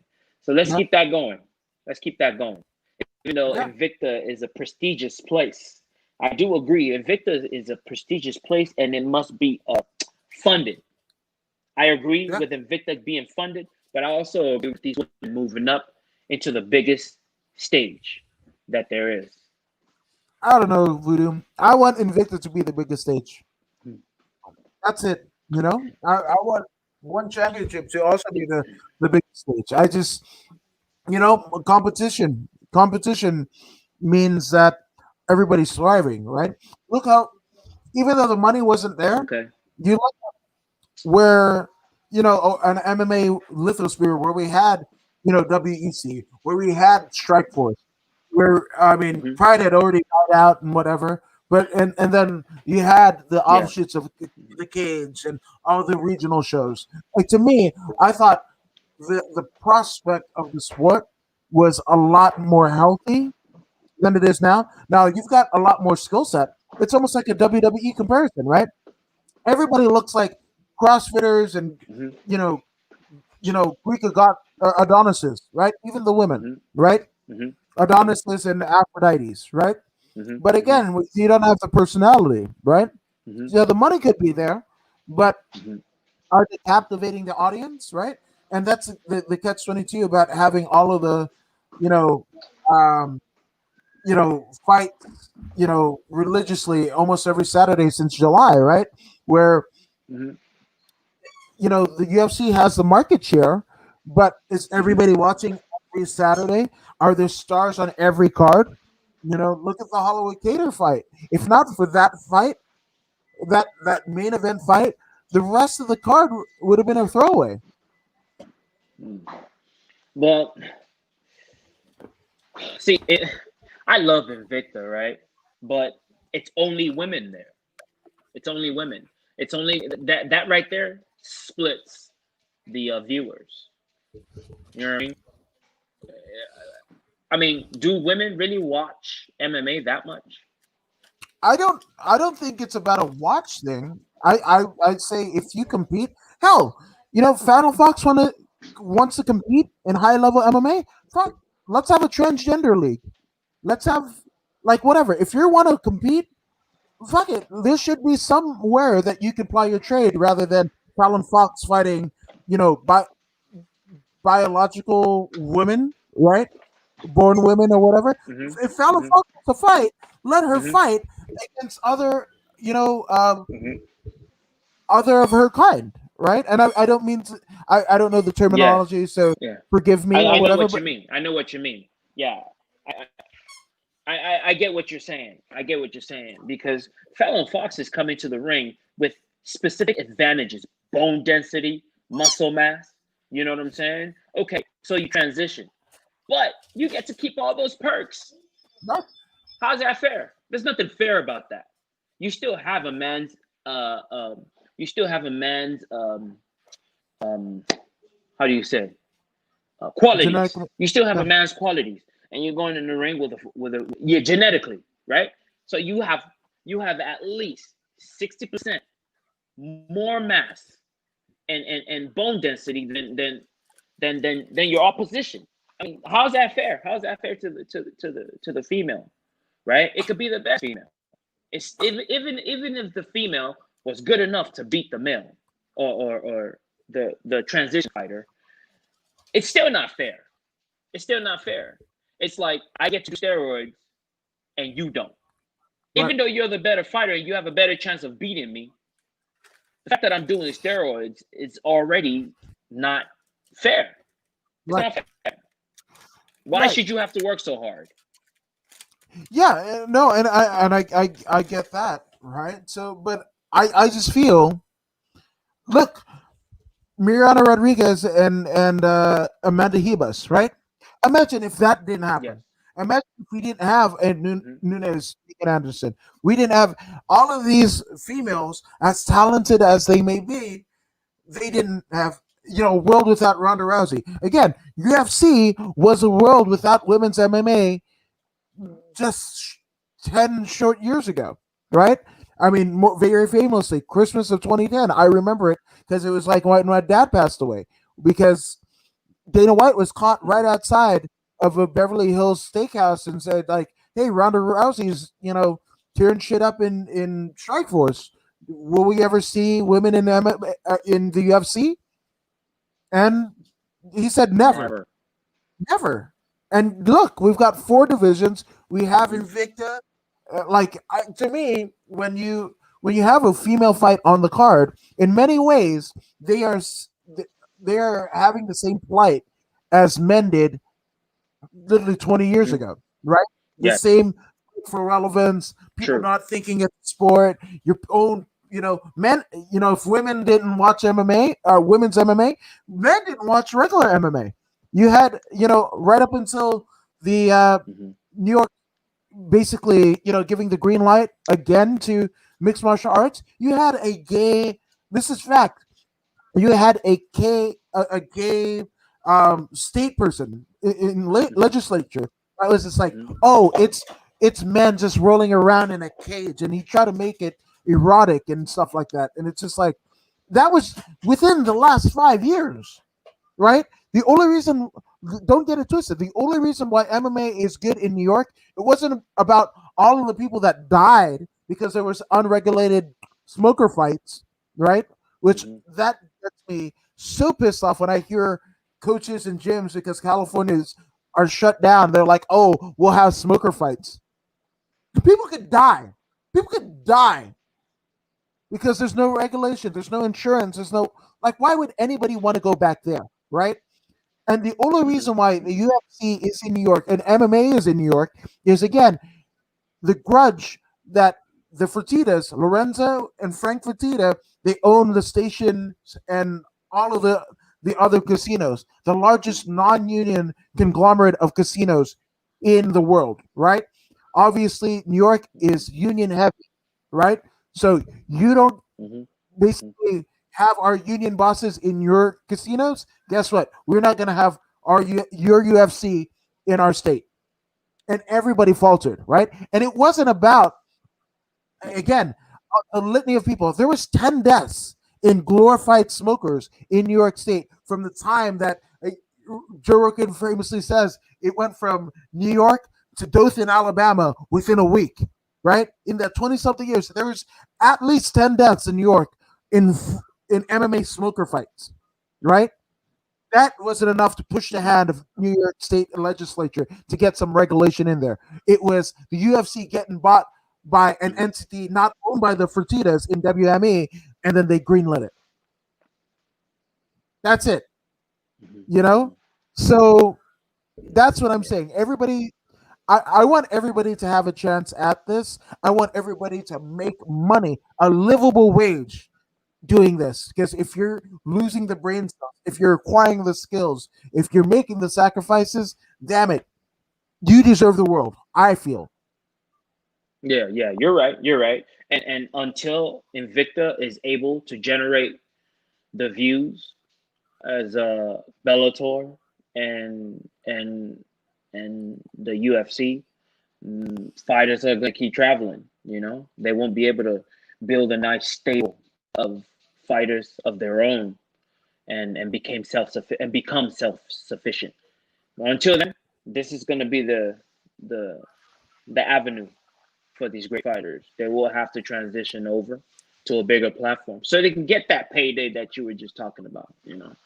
No, absolutely. Now Don McGuire said, I agree with Woods. He shot 34 Invictus out of 42 fight nights, right? 34 out of 42. Mm-hmm. That's great. Invicta is now an afterthought. And I kind of see that in the production. Not to say that they had, huge production value, beforehand, but there's something that's missing. A little bit of the spark is gone. So, and he can't accept the Fallon Fox. I can't accept the man hitting a woman. It's abuse and should be arrested, right? But again, if you want it, I mean, look, the Thai, right? The Thai figure it out, right? There's a lot of transgenders in Thailand that fight Muay Thai, right? Mm-hmm. But if you're Yeah. it, Mm-hmm. it doesn't matter what you identify as, because again, this is a combat sport where real trauma can happen, right? Mm-hmm. It's not, somebody misses, Mm-hmm. drops a football pass or whatever the hell, right? I know fuck about football, but somebody drops a fucking, somebody throws it, Mm-hmm. somebody catches it and whatever, and you miss the fucking catch. Oh, oops, your fucking team, your coach might be pissed off at you. You might lose the game or whatever. But like, literally, you will, if you do the same thing, and the lack of consideration in MMA, as we saw, you let your guard down or whatever, it is dire consequences, right? Yes. So Thailand figured it out. If you identify, or you're biologically this, no matter what you identify, you fight what you were born as, Biologically. right? Mm-hmm. So essentially, if you're a male to female transgender, right, you're fighting males. Mm-hmm. That's it. Mm-hmm. And the vice Yep. versa. If you're a Yep. male to, I mean, a female to male or whatever, and that's where it gets weird, because you have somebody that aesthetically looks like a male fighting a woman, but Mm-hmm. Mm-hmm. theoretically, hormonally, they're kind of the same. It's all weird, Mm-hmm. And again, I'm not a It's fair. scientist. Yeah, It's fair. it's closer. That's right. So, but again, if you want to do this, I say all for it. That's the cool thing about combat sports. Gays, straights, conservatives, liberals, Greenpeace, people who believe in climate change, people who don't, people who are flat earthers, people who don't. Who gives a flying fuck about it? You come here and you are community in here. Like that's it. That's all it is. Bring them. You Mm-hmm. love guns. I don't. Fuck it. Whatever. It's cool. You'll find 80 Mm-hmm. things that that you get along with this person about than otherwise. And I think that's what makes Mm-hmm. MMA unique, right? The fact that we don't have teams, right? We might have That's our right. favorite fighters, but we don't have teams where we're kind of like, you like the Rams and I like Mm-hmm. the Niners, or you like the Raiders and I like the Mm-hmm. fucking Mm-hmm. Texas team or whatever the fuck.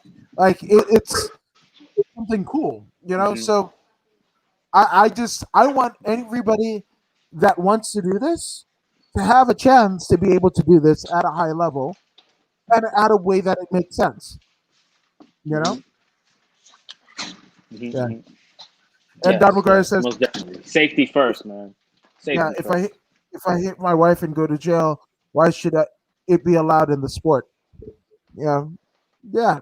I mean, I don't know. And again, I'm far from qualified to answer this question. I don't fucking whatever, but like that's it. But Thailand, much like ONE FC, right, we had in the Hiba's case, right, she walked into the fight as a fucking featherweight, literally two weight Mm-hmm. classes up from what Mm-hmm. the strawweight limit was, right, literally Mm-hmm. 20 pounds 20 pounds Mm-hmm. over, you know Yeah. she weighed in at one and whatever. What's the point in having weight classes if when you get to the fight, you're a completely different weight, higher or lower? I don't give a shit Mm-hmm. if it's a 115 fight and you come at atom weight, you know, and then if it's 125 and you come into the bantamweight or featherweight, I I Mm-hmm. still say it's fucked, Mm-hmm. right? Like ONE Mm-hmm. FC has it right in terms of fighting at your natural weight, right? Same thing. Yes. Thailand has Yes. figured out when it comes to everybody kind of competing in combat sports. So I'm just saying, like, Yes. there's a way, whatever. Is it the most efficient way? that can be argued at nauseum, but I'm just saying that it happens, you know. So all I'm saying Yeah. is, props to Invicta for what they've done, and I hope for the prosperity of Invicta as its sole entity. But I kind of feel like it's gone on deaf ears, unfortunately. Yeah. Yeah. Yeah. I would not like to see Invicta go under at all. At all. Because they've been an asset to MMA. A huge, huge asset. All these great champions that we know today, they all came from Invicta. You know what I'm saying? So hopefully Dana can figure something out. I mean, don't doesn't the UFC own Invicta as well? Well, that's what Don McGuire is saying, but that's the thing. When UFC, Yeah. Dana is much like Vince McMahon in the way. When they Hmm. acquire an intellectual property or a promotion, and maybe it's because Dana got burnt by the whole Pride FC thing, because that was going to be its own separate promotion, right? Much like Hmm. with with Vince when he bought WCW, WCW. he wanted it to be its own thing, to operate them independently of each other. Those two Yeah. things, you know, never crossing. So, like, Hmm.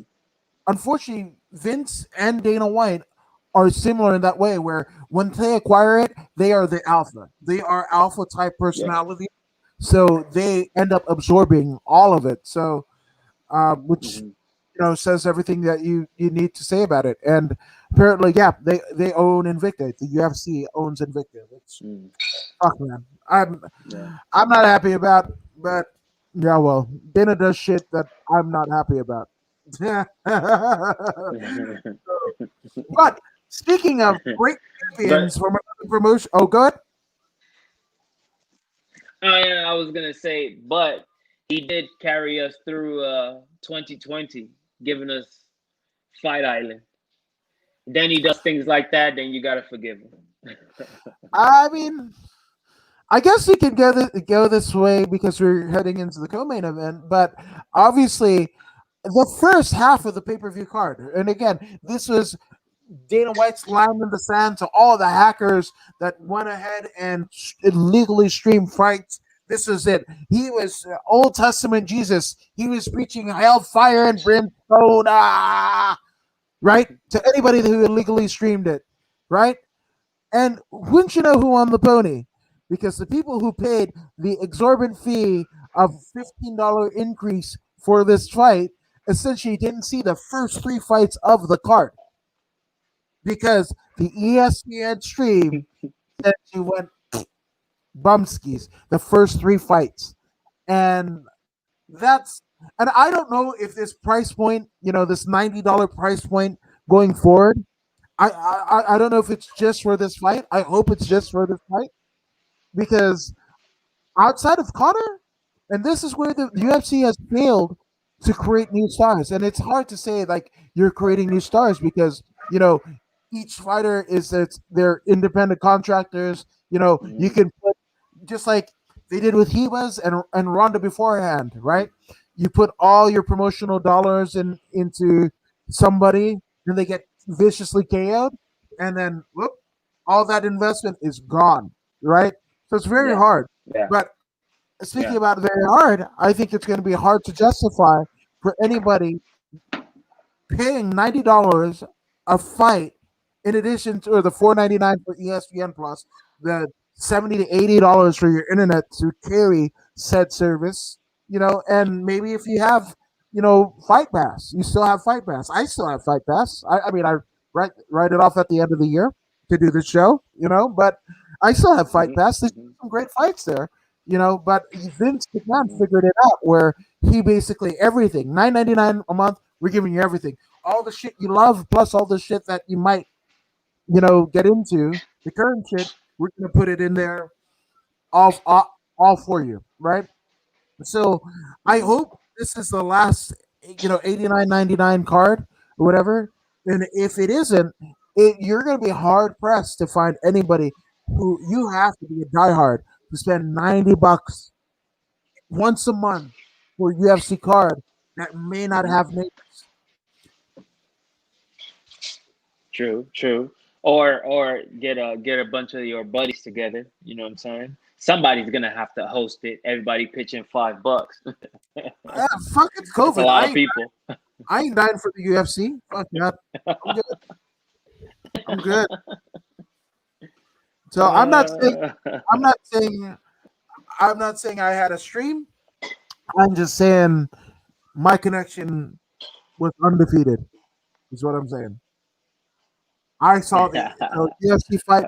I mean, it broke up a little bit during Connor, but even still, I mean, you could kind of read the tea leaves and you know what the fuck went on, right? So, um, and again, I was a huge advocate of like you pay the fee for the promoters and you support the fighters by paying that fee, right? I'm sorry, that is the case with every other promotion, not named the UFC. The Bellator Mhm, absolutely needs your money. Invicta, even if they aren't, an independent promotion, right? They need your money, right? mhm, They need the viewership on the UFC Fight Pass to make it make sense. Otherwise, we were not going to see an Invicta anymore, ever. Which I hope that mhm, is the mhm, case, right? There's an ownership stake in mhm, LFA. I will, I have Fight Pass for nothing other than Invicta and LFA, nothing else. Maybe I'll get a mhm, combat jiu-jitsu dropped in there or whatever, but I pay it for those two promotions, and then sometimes mhm, like there was a good fight lore with Bruce Buffer talking about he how he knocked the fuck out mhm. of Matt Hughes, which is funny as shit. No, Frank Trigg. Yeah, he fucking punched Frank Trigg or some shit like that. Um, and that's fun, right? But I have it for that reason, right? So for literally between Fight Pass and ESPN Plus, that's $15 plus another six plus another 90. So $110 a month. You're gonna to catch everything that is UFC. That's essentially what you're gonna have to pay. I'm not. I'm sorry. And again, Yep. the UFC isn't paying the fighters because you're paying $80 for pay per view. That is not. They're paying Mhm, it mhm, solely off of the ESPN money, right? And everything else is just gravy, fucking lining Dana's pockets mhm, and shit like that. So, mhm, full disclosure, again, as I said on Thursday, if I'm going to support the fighters and I want to watch a card of my to see my favorite fighter, I'm gonna fucking hit up their social media pages, see if they've got merch, see if they've got a YouTube channel, see if they've got an That's right. Instagram like business page, whatever the fuck, whatever, and I'm going to be a patron there. I'm not gonna filter up to That's the right. UFC. The last time that I That's right. bought anything that is a UFC branded apparel was when I was there Mhm, with at UFC 2009 with Albert Morales, right? mhm, He won. He gave mhm, me a fucking ticket. I didn't pay silch mhm, for my ticket mhm, to be at the T-Mobile Arena. mhm. So I bought, in Yeah. respect, I bought a UFC beanie, $10, Hey, right? here's another thing though. Here's another thing. Every fighter's career is in their hands. They can do with it whatever they want. When you win and you got that mic in front of you, hey, I'll take you back to BJ Penn. What do you remember about BJ Penn? BJ BJPenn.com. BJPenn.com. He's always self-promoting. That's what he did. He was self-promoting. BJPenn.com. What is this BJPenn.com? You know what I mean? And then everyone started looking at it. And then boom, he blew up. He had his own website. BJ was one of the first people to have his own website. Yep. You know what I'm saying? BJPenn.com. Oh, so how was the fight today? BJPenn.com. That's how Mm-hmm. he was. You know what I mean? The guy from the Raiders that ate Skittles, the football player. Uh, I'm only here. I'm only here so I would get fined. BJ Penn already did that. You know what I'm saying? BJ Penn is the originator of that. You know, Mm-hmm. when they ask you a question, you answer with something else that is unrelated. BJ Penn was doing this way back then. You know, so who's stopping you guys from doing it now? You know, check me out on such and such. It's there for you. The platform is there for you. You know, it's there. Use it. You finally won. You have all the attention. You know what I'm saying? Reach me here. Talk to me here. Blah blah blah. Here. No Yeah, one's doing that. No one does that. Why I don't know. I can't call it. I cannot call it. yeah. I can't I don't call it. know. I can't call it either. But I mean, shit, man. I guess it is what it is. But I mean, It is. I'm not. Yeah, I didn't pay $80. I didn't have $90 to pay for a fucking pay per view. I'm honest to goodness. I'd rather have lights for my family than lighting day. Dana don't need my money. He's proven it time and time again. You don't need my money. I'm already paying him fucking 10. Dana. That's my thing, right? I've got ESPN Plus. I have fucking Fight Pass, right? That's 120 Mhm. $120 a year, right? 120 Mhm. bucks plus ESPN Plus because Yeah. you abandoned, right? That's the thing. You abandoned us here at UFC Fight Pass, right? We were loyal to you. We got in with the promise that you made, White. You made that with your UFC Fight Pass subscription, 30 days after the pay-per-view, it would be on. The pay-per-view would be on UFC Mhm. Fight Pass in its entirety. And I mean, it wasn't but like Right. months that he renamed on his promise, you know? So I'm already paying $120 a month to you, Dana, right? And in addition, another $5 per month for ESPN because you wanted to rock with ESPN. Cool. And that's Mhm. another added bonus where I love the 30 for 30s. That's cool. I can watch 30 for 30 any damn time I want. It's great, right? I'm paying you your money. Don't get another. Don't get greedy. Don't ask for another $90 a month. Nah, man, I'm good. I'm good. And I'm saying, fuck Brandon Schaub because he fucking Takeshi 69 the whole fucking thing. Uh, you know, I mean, because it's not there anymore. But what's it called? The fucking crack streams. You fucking put crack on blast, dude. Crack streams is doing the good work. That good work for the people, for us Gentiles here that working. The working man and stuff there was.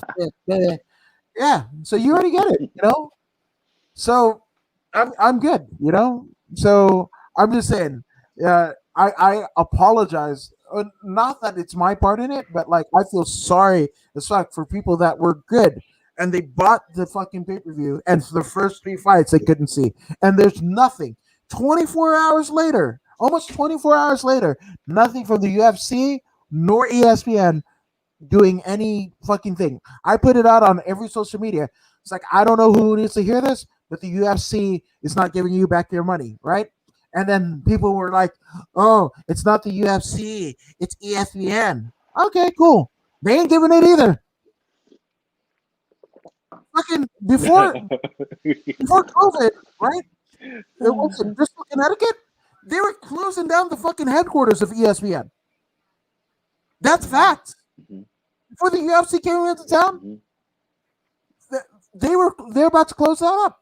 You thought fucking Michael Eisner and Disney put the kibosh on Dana and Tachi Palace, but the ESPN, the leading sports leader, whatever the fuck, that almost got it was like Mhm. that close from being abolished.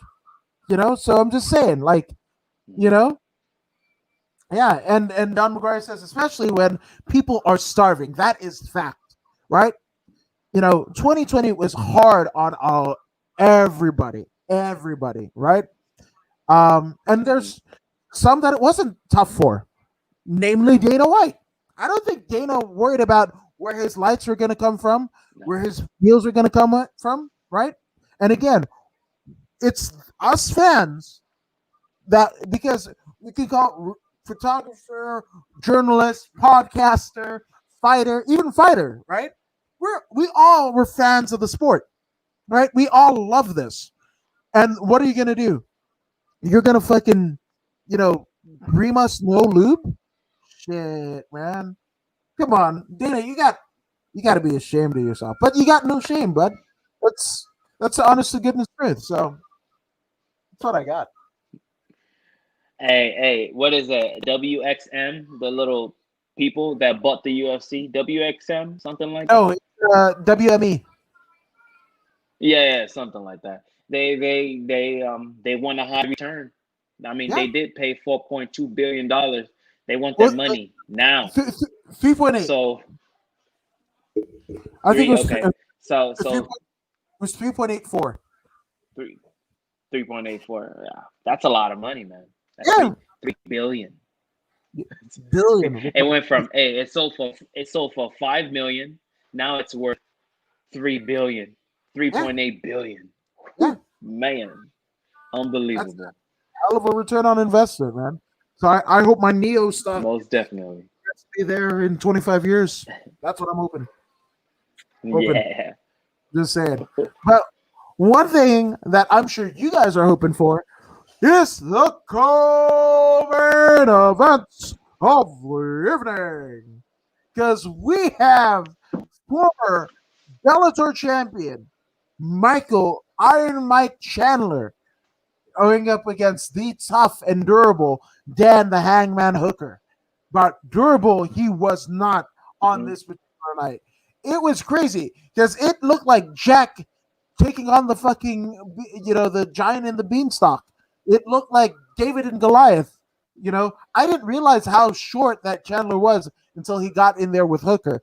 But he figured it out. He figured out that puzzle that was Hooker's range, and he exploited it like none other. Because I mean, literally, first round, it took him two less than 3 minutes. Less than 3 minutes, Voodoo. Michael Mhm. Chandler. If anybody is talking to me about Michael Chandler not being one of these sports elite, get the fuck away from me. Michael Mhm. Chandler Mhm. is one of the greatest of all time. I think he is. Yes, indeed. Mhm. Again, we would not have, we went about, promotions and whatever. There would not be any Bellator if not for Eddie Alvarez and Michael Chandler. We we alms bear to you, Michael Chandler and Eddie Alvarez. We thank you for all your contributions that you've made to this great sport of MMA, all the sacrifices that you've Mhm. made, and you continue to make. Eddie in ONE FC, former Bellator and UFC champion, and Michael Chandler here in the UFC. And yes, Dr. Mhm. Garza says people who said Bellator fighters can't hang in the UFC. Chandler faded him quick, 100%. And again, it shows that in Invicta, you've got top fighters in the world. One championship, you got top fighters in the world. LFA, you got top fighters in the world. King of the Cage, look at Juan Archuleta, fucking 3, 4 time King Mhm. of the Cage champion, all at one time. When Connor was talking about double champ, Mhm. there's fucking Juan Mhm. Juan the Spaniard Archuleta fucking holding 4 titles at the same time. He had more belts wrapped Mhm. around him than he had skin exposed, right? And now he's Bellator bantamweight champion. You can't tell me Bellator or King of the Cage doesn't have elite fighters. You can't tell me that LFA doesn't have elite fighters. That Lights Out, the former CXF, doesn't have elite fighters. That Cage Warriors in Britain doesn't have elite fighters. Elite fighters are coming out of the woodwork everywhere, and I love it. I love I like it. I love it. I want some more of it. And again, this proves it again with Michael Chandler is one of the best in the world, if not one of the greatest of all time. Mhm. Indeed, indeed, indeed. Um, Watching that fight, it was quite clear that upon Dan Hooker seeing Mike Chandler in the cage, he realized just how big the man was, Mm-hmm. just how thick, wide. I Yeah. mean, now but before at the weigh-ins, he saw him from he was clothed from the waist down. Now he's in his underwear. Now you get to see all the striations, the cuts on him, the light shining down. Now he looks different. He's more menacing now. The look in his eyes, the look in his eyes, the look in his eyes. Fear, I Yeah. believe. Yeah. Fear, fear. fear peeked out of Dan Hooker a bit and got in his mind. Once the fear got in his mind, what he trained for in training camp magnified. What was this that he trained for? He trained to evade the big right hand, Yes. right? So he got stuck. He got stuck in his rounding to the left, getting away from the big hand, right? He didn't want to engage. A few times, my challenger, he will stop pressing and bounce a few times in the middle of the cage to draw him back in, and then he'll re-engage. But then Booker will go right back, rolling left. So he's like, okay, if you're gonna roll left, I'll show you right. Switch my stance and hit you with the left, and that's what he did. He threw an overhand, right? Switch stance and finished them off. Same thing Dustin Poirier did, by the way. Same exact technique. Same exact technique. Throw the power hand over here, switch the stance, switch the power hand to this one, but finish off with a hook over here. And that was what happened to Dan Hooker. He did not see the shot that dropped him. If he saw it, he would probably brace for it, and maybe he wouldn't have been as hurt as he was. Yeah. Maybe. This is Mike Chandler we're talking about.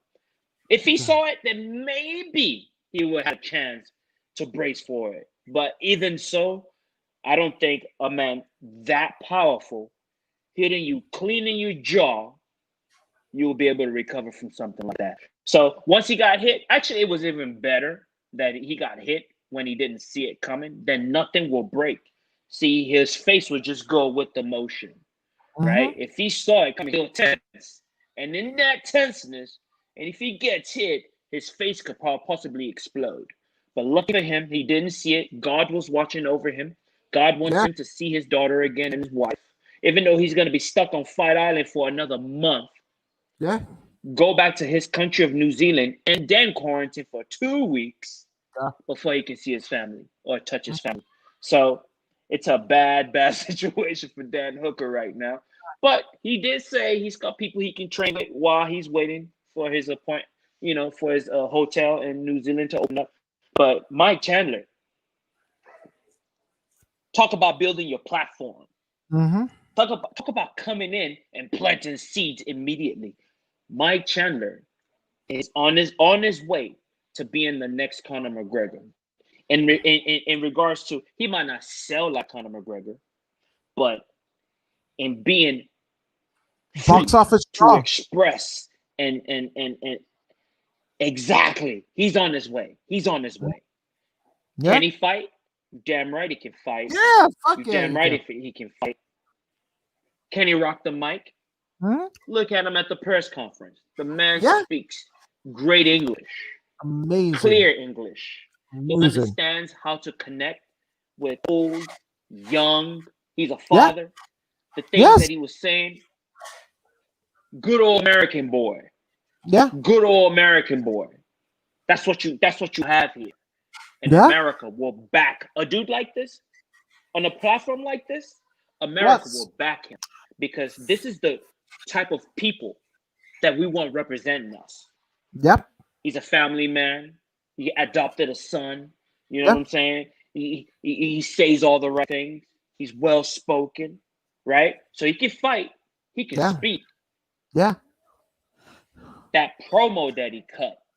Yep. That promo. That says that Ric Flair call out at the end. Hey, I don't know why they keep saying it's Ric Flair because he said that beat me if you can. Taz used to say that all the time. Beat me if you can. Survive if I let you. Yep. You know what I'm saying? I would prefer, if he's gonna take something from pro wrestling, I would have preferred he took that. Survive if I let you. Oh my goodness, that's way more terrifying from a dude like this. That's a terrifying man. There was a clip. He was walking out of the ring, and he walked by this camera, and he looks at the camera, and he goes, "Come in, I'm coming for you." And then whoever did it, they looped it, and they kept saying it over and over, over and over. That was so terrifying for me. It terrified me. The look in his eyes when he did it, it was piercing. The message that he was sending, it was piercing. I know it went right through Khabib's heart. Khabib is bleeding right now. You, It you, was amazing. Amazing. yeah, He went from such a gentleman to an absolute beast of a man.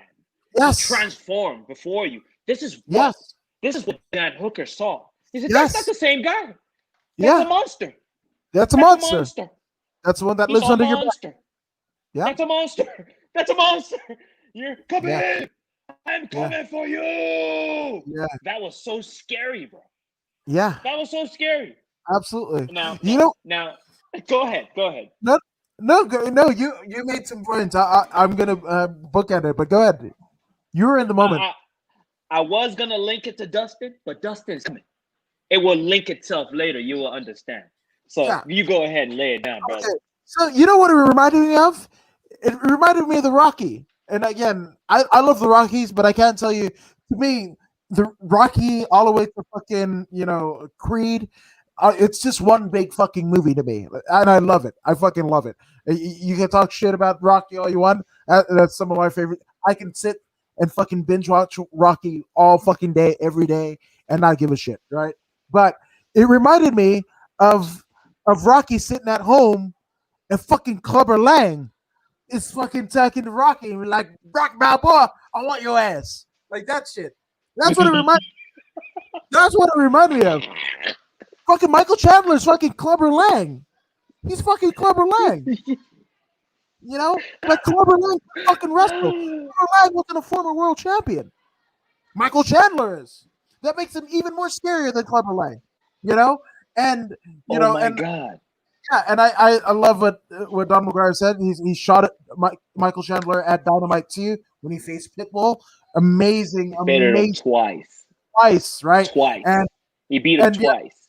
yes, and Archuleta is an 8-time 4-division champion of King of the Cage. And again, four of those titles were held simultaneously. Connor and Cage Warriors, Connor in the UFC, DC, they want to be like champ, double champ, whatever the fuck or whatever. Archuleta had 4. Quad champ. Quad champ. Champ. Absolutely. I was there at the last title defense, man. Fuck. At it's now the Toyota Center, it was the Citizens Bank or whatever. That motherfucker. I was there too. We were there together. Yeah. He was like a damn ninja. He was a ninja. He was flipping the motherfucker. Like, oh my God. Archuleta's a beast, right? And that would be a cool fucking fight. Chandler and Archuleta. Oh, I'm getting fucking deep in the weeds and whatever. But yeah, and everybody's calling it the woo moment. But again, that's how little, I guess, the pop culture lexicon, they just see like Ric Flair's topical, so everything is Ric Flair, right? Because in it, before it was everything was Hulk Hogan in that type of style. That's all they knew. But I like that what you were saying about Michael Chandler is a human suplex machine. Yes, he is. He is the Taz of the real life. He is the Taz of real fighting. He's got the same stature, stocky like a mother. Yes. You know what I'm saying? Beat me if you can. Yes. Survive if I let you. Oh my! If I let you. Yeah. And this Taz from ECW. Yeah. That's a Taz from ECW when he was bad at his peak. Yep. Yeah. No neck. No neck. No neck. No neck. The suplexing motherfuckers, 400 pounds or whatever. And again, that Taz character was based off of UFC. Team Taz, right? Team Taz Dojo, right? That shit, So Michael Chandler is exactly that.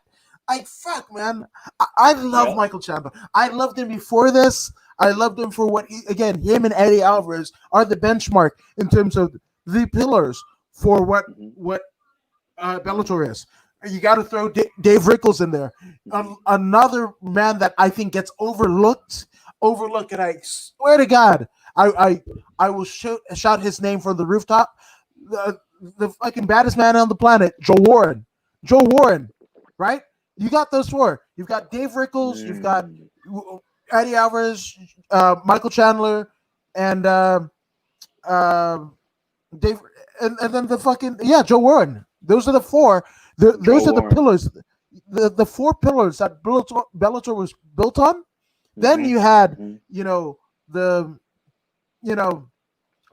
then you have everyone else. You have the Pitbull brothers. You have Michael Venom Page and everything like that. Like, and no disrespect, whatever, but the four pillars. That Dave Rickles, right? The motherfucker would come out. He's the caveman Rickles. Came out in a fucking Fred Flintstone mobile down the fucking Bellator cage like that. What the fuck on Spike TV? Just fucking. He came out, whatever, and had the fucking unitard and shit like that, and then fucking with the Capital Caveman fucking club, like that's the shit. Like that was my there wasn't a lot of good things about the Bjorn Rebney, kind of construct of Bellator, but those were some, right? And they fucking made it. And again, they were saying that Chandler was on his way out. He fucking certainly showed everyone up. Absolutely. And here's the other thing, right? What was everybody saying? Oh, Hooker's a tough challenge for Chandler, right? Right? That's what everybody was saying. Give me one person.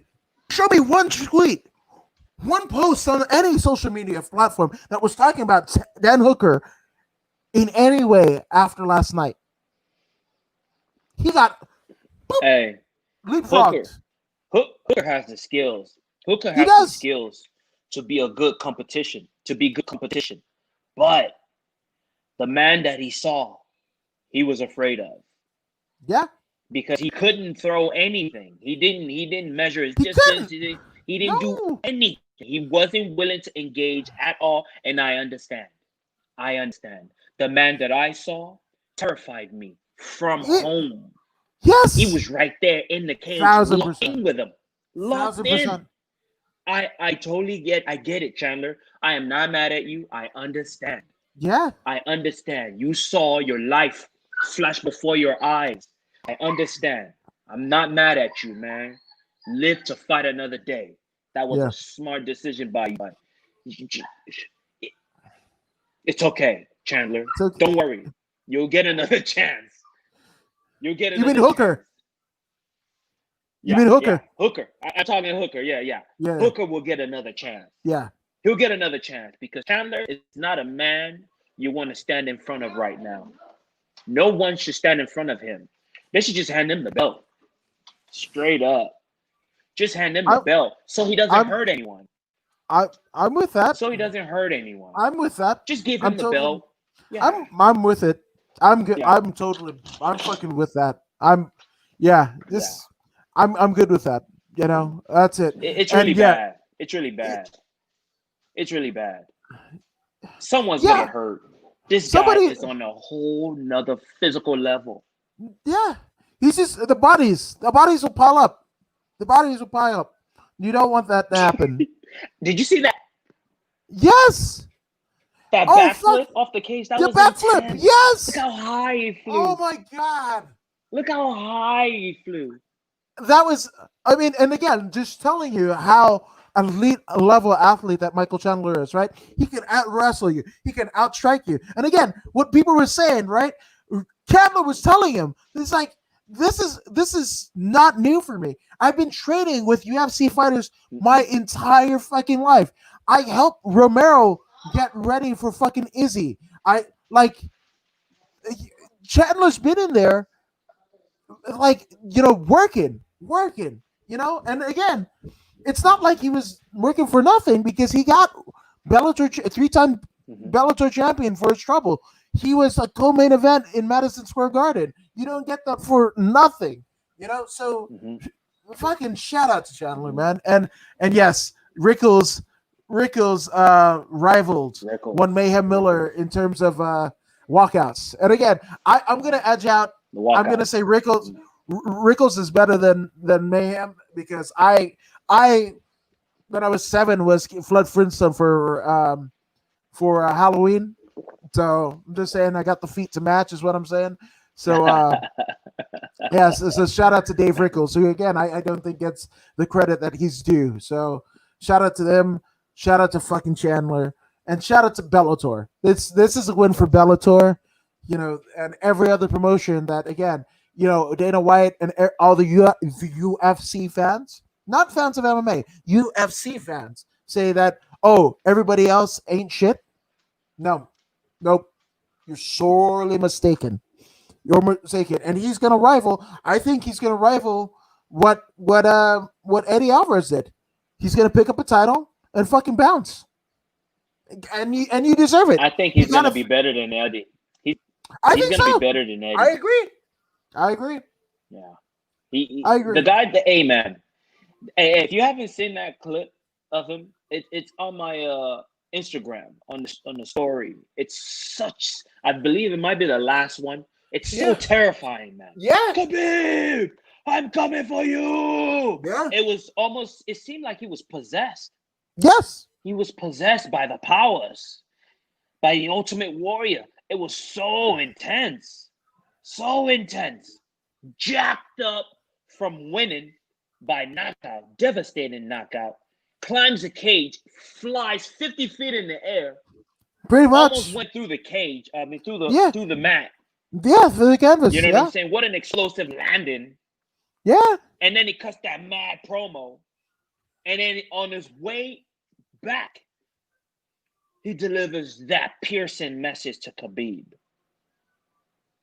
What's up, Khabib?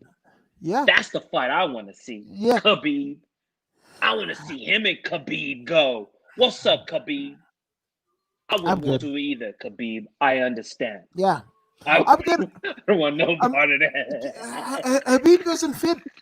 It's crazy in such a short time that everything else has passed him by. I want Chandler Gaethje. I want Chandler. Chandler McGregor. I want Chandler. I don't even want Chandler Poirier.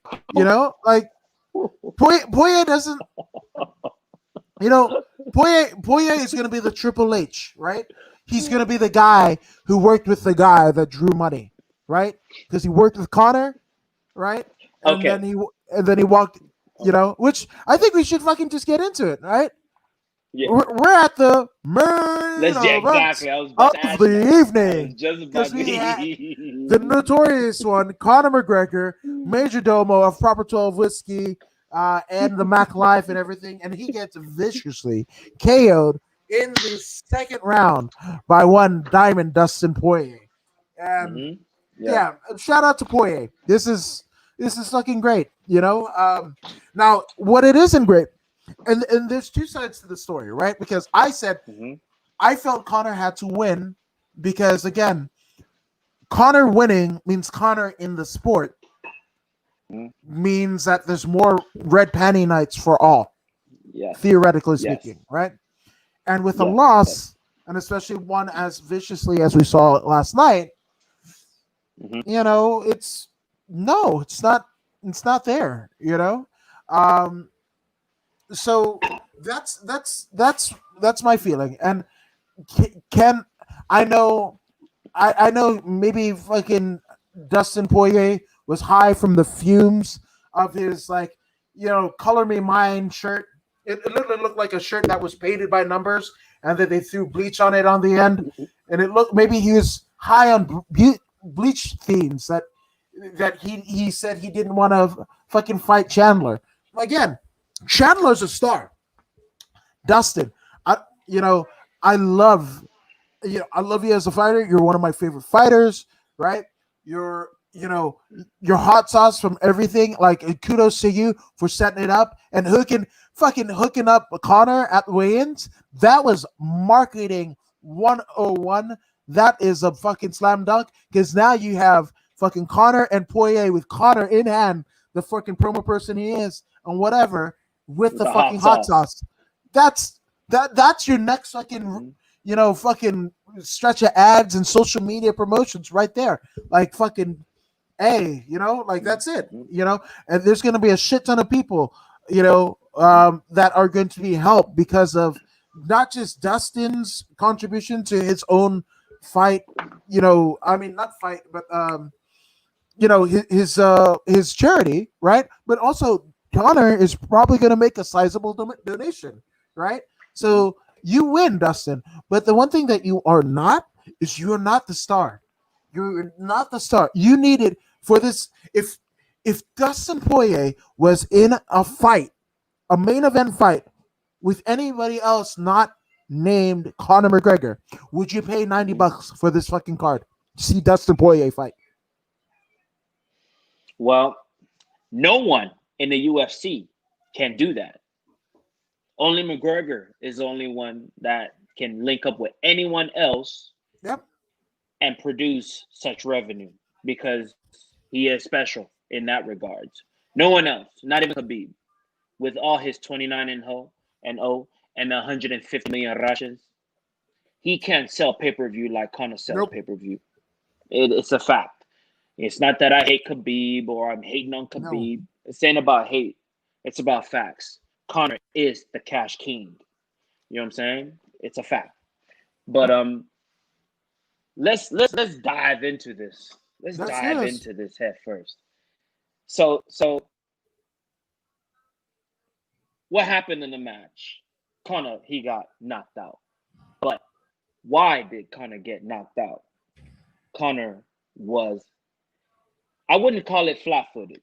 I wouldn't call it flat-footed because Conor understands distance and he understands movement very, very well. So if he wants to stand still, that's what he does. He's a counter striker. He's so successful because he's a good counter striker. So that's fine. Okay. But the difference between Conor and Dustin on this particular night is very simple. Conor was flowing. He was flowing. He was flowing because he looked pretty good in that first round. He was flowing. He was in flow state. Dustin transcended that. Dustin went into free flow, which is the next level up. If you're familiar with Dragon Ball Z, they're regular characters. Then they go to the next level. Then they get that golden hair, showing the next level in their ability. That's what Dustin did. He went Super Saiyan on his ass. Dustin went Super Saiyan. He went into free flow mode. Now, in free flow mode, it's free because you're able to use any skill, any technique that you may have. It's flowing free, depending on a particular moment that's presented in front of you. Dustin immediately engaged wrestling, right? Which was a shock for Conor. He wasn't expecting that. Conor spent whatever many years training for this particular. Well, he's training for Manny Pacquiao, but the majority of his training was pure boxing. He expected Dustin to go in there and bang it out with him. Dustin said, "Yeah, man," in the pre-fight. He said, "Yeah, man, we're gonna bleed this and that. We're gonna bleed, and it's gonna go along. We're gonna really, really get it on." Okay. Conor took that to heart and came in with the intention to box and bleed. It didn't happen that way. Immediately, the young, brilliant Dustin Poirier went for the takedown. You know what I'm saying? Put him on the fence. He made him burn more than he was accustomed to burning. You know what I'm saying? He released him. They went back to the middle. Coach Mike Brown initiated right away. He told him, start dropping those calf kicks. How many times have we talked about the calf kick, sir? How many times have we talked about how important the calf? If you are an MMA fighter at this level, and you can throw a calf kick, you might as well let it go. You might as well let it go. If you are not initiating calf kicks already, you might as well let it go because, as you can see, the top fighters know how to throw calf kicks, and they're very efficient with it. Perez from Orange County, Perez. Alex Perez. Very proficient with the calf kick. Everyone should be throwing the calf. It makes sense. Why are you not training calf kicks? First of all, why aren't you kicking enough?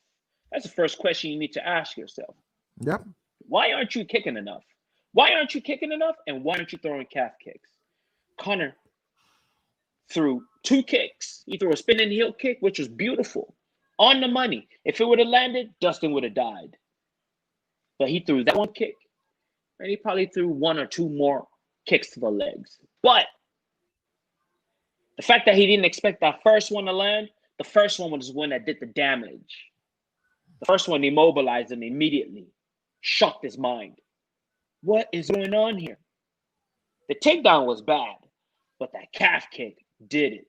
Dustin was saying the way that first one sank in pretty good. He was hurt. And then he just kept throwing. He threw 18 of 21 leg kicks. 18 of 21. People who have been kicked in the calf understand that 1 calf kick is bad. He got hit at least 15 times to the same calf, which killed the nerve, right? Killed the nerve. He couldn't keep himself up. To throw that powerful shot that he throws, he needs 50 in the back and 50 in the front, and then transition it from the back to the front. He was unable to transition anything to the front leg. And if you can't do that, you ain't got no power. Conor, in his intelligence, people thought, oh, man, he got knocked out. No. Conor tried to evade a few times. He tried to evade. He knew he has no legs, or he has only 1 leg. It makes no absolute sense to do what Uriah Faber did when he fought Aldo and took 1,000 more kicks. Who knows what kind of damage that did to him, to his, you know what I'm saying? Who knows? But anyways, Conor was like, you know what? I don't need this. I'll give this one to Dustin. And, he went down. Yeah, he got hit, but he got hit in the forehead. Yeah. Right? He figured, you know what I mean? Just end it right there. You know what I mean? Give him the win. Now, he didn't give him the win. He was going to get his ass whooped regardless. Don't get me wrong. Regardless, yeah. But, yeah, he cut his losses early. Conor cut his losses early. That's why he walked out of there with hardly a scratch on his face. He's good about that. He's either going to get, he's always been choked out, right? I'd rather you choke me out than hit me in the face with an elbow. That's why he turns his back. He thinks about these things, right? He thinks about these things. So the question that I'm asking myself is, why doesn't Conor and his team know about the calf kick? With all that money, you can buy anyone's time to come spend some time with you for a couple of months. I mean, of course he's going to do that now, but I've been talking about this for months and months and months with you. I've been talking about it with people that I train with for at least 2 years. At least 2 years. You know what I'm saying? I've been practicing it for a very long time. Why Conor at the highest level? Why doesn't he have that exposure to calf kicks? I don't understand. But let's go back to the winner of that match, Dustin Poirier. Dustin was on it. He was on it. The look in his eyes, it was carefree. It was carefree. He knew that the tools that he has in his arsenal would not fail him. He felt it. You could see it in his eyes. There was no stress whatsoever. He got hit. He acknowledged getting hit, right? But there was no stress in him. And because he lacked any stress, any tool he wanted, he used immediately. It was all automatic. You know what I mean? Give me the 50 cal. Bam, bam, bam. Yeah. Give me the 9 millimeters. Everything was just hitting perfectly. And then when he saw his opportunity, once he realized, okay, that leg is compromised, now let's move in for the kill. Then he brought in the volume with his hands. You know what I mean? It was a flawless victory. It was a flawless. He made not one mistake. McGregor's gonna hit you. I wouldn't call that a mistake. Him getting hit. That's not a mistake. McGregor is that good. Yes. To me, that was a flawless victory, and it was an amazing thing. Now let's move into what he said. Do you have anything you want to say about his fight before we move into what he said at the press conference? No, because I really want to unpack what he said at the press conference. I'm chomping at the bit. I have no problem with what he did because for the first time in Dustin's life, he took control at the right time and he used the platform appropriately. Dustin understands right now, he is the man. Once you beat Conor, you become the man. Remember, to be a man, you got to beat the man. He knows he's the man. The belt will be there.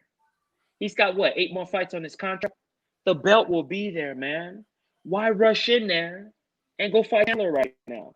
It's like the bull and his son, right? The bull and his son were up on the mountain and they look down.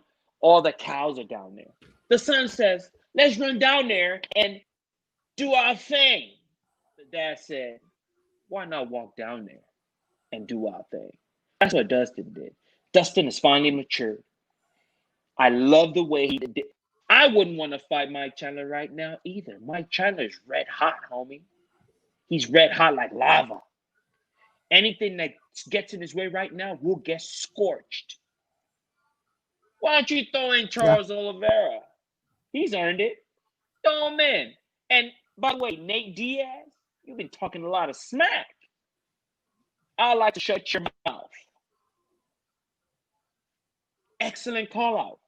Excellent call out. He called someone else out. I can't remember. But I like that Nate fight. Tell me that fight won't sell. Again, that Dustin Poirier is essentially the Triple H of the UFC. He's not the guy, right? Austin, Yes. The Rock, those are the guys. Yes. Triple H is the guy who works with the guys, and that's essentially what Dustin Poirier is. If this fight materializes, right? If this fight with Nate materializes, pay-per-views aren't going to be sold because of Dustin Poirier. They're going to do it because of Nate Diaz. Just like if he fought Chandler, the pay-per-views are going to be there. Okay. Right. Look, Conor got $5 million. I mean, this is just what's being reported, right? Yes. Because obviously, Fight Island, they don't have a state athletic commission to, have to cough out whatever. But here's what we do now. Here's some interesting statistics. Now, obviously, in terms of promotional, right? Everybody got, in terms of like their promotional things leading up to fight week, it's what UFC paid, right? So essentially, Poirier got $20,000 for a promotion, and Conor with $10,000. Then Michael Chandler only got $3,500. Dan Hooker got $15,000 and this is just the promotional aspect of it, right? So with that all being said, right? Well, obviously Hooker lost, so his winnings will probably be different than Michael Chandler. Hopefully, it's not on the same scale. But I mean, obviously, $15,000 versus Chandler's $3,500. That's there, right? We don't know what Hooker and Chandler got paid, but allegedly, Conor made $5 million versus Poirier's $1 million, right? Yeah, and that's up for Conor because when he fought Cowboy, I think he only got. I mean, I don't want to say only because I would love $2 million, but he got $2 million. So this is a pay raise for Conor, right? But again, Poirier only $1 million, and he won, right? So Poirier's never gotten $1 million in his life before. Right, exactly. But again, he's a millionaire. Right. So with that all being said, Poirier is not a star. If I'm watching any of the fights, that whatever, it's because Chandler's in there. Maybe the Tony Ferguson. I don't even want to see Tony in there. Tony lost to Gaethje, right?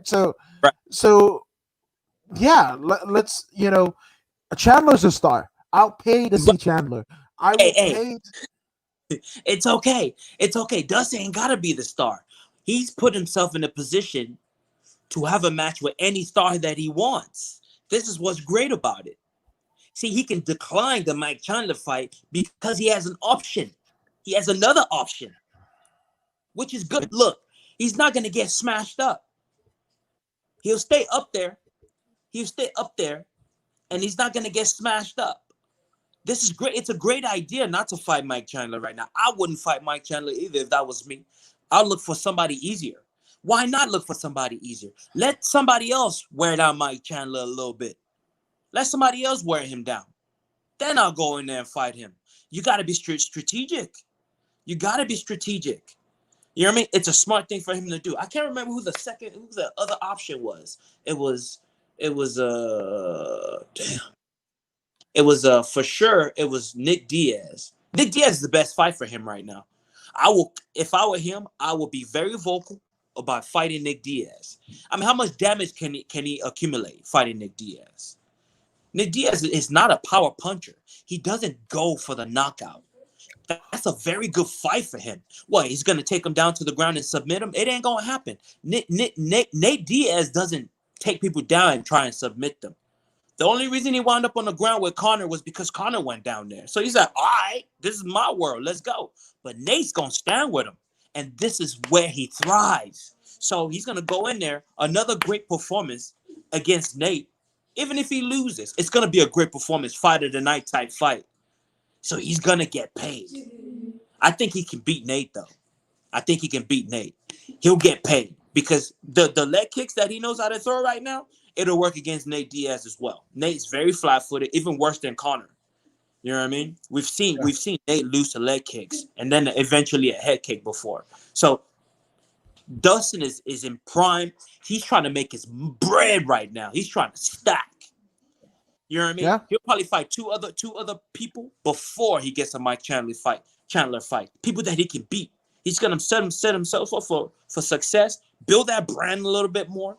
So when he gets that fight against maybe Chandler or maybe even Conor again, before he gets to see Chandler, he's trying to make money right now, and I'm not mad at him. He's gotten a taste of $1 million, bro.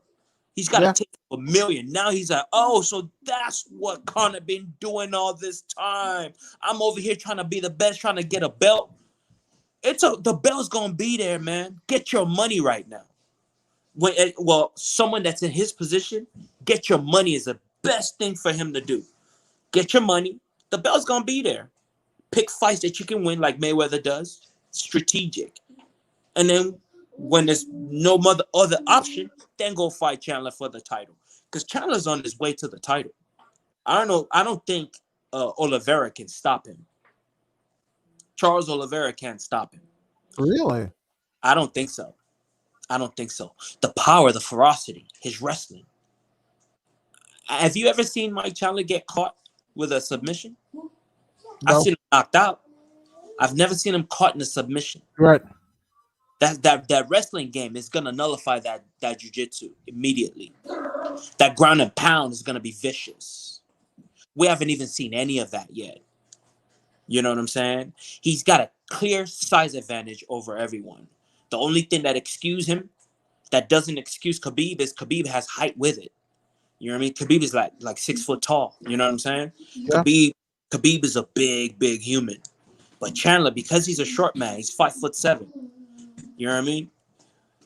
He kind of gets away with the width. He gets away with it.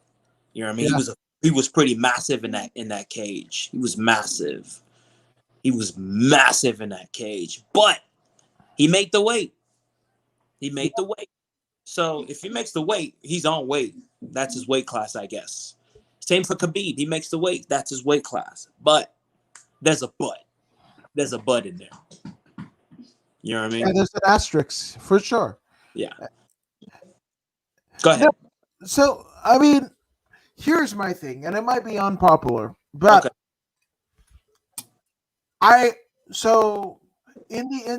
Let's go with Conor, right? Mm-hmm. I never want to see Conor in the cage again. Honest to goodness. No. He doesn't need it. He doesn't need it, but he can still perform. No, and why? Rock can still perform, right? The Rock can still perform from pillar to post. From the moment that he was like fucking broke his shit in Calgary, and he asked his dad to go and train him and whatever, to the time he's filming his first movie in Hollywood, 7 years. He's one of the greatest of all time in 7 years, right? Conor McGregor, again. two Cage Warriors, two division champion, two UFC division champion simultaneously, right? Mhm. Fights Floyd Mayweather in proper 12, Mac Life, right? Again, at the start of this decade, the last decade, Mhm. Conor McGregor was essentially fucking a plumber's apprentice, right? So that's it. The, my feeling of Conor McGregor being done, I'm sure he could still do it. I'm sure he like fucking, him and Tony might make sense to a lot of people, right? Or him and Gaethje might make sense to a lot of people. Okay, that's all right. That's cool. I don't want to see it. Yeah.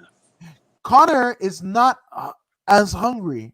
And again, there's a difference. Voodoo, because every Yeah. time you talk about it, every time there's somebody from a third world country fighting on this card, right? It's a difference.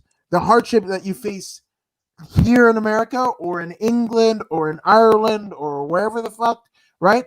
Than somebody in a war torn part of Africa or Yeah. Europe or Asia or Brazil, the favelas of Brazil, right?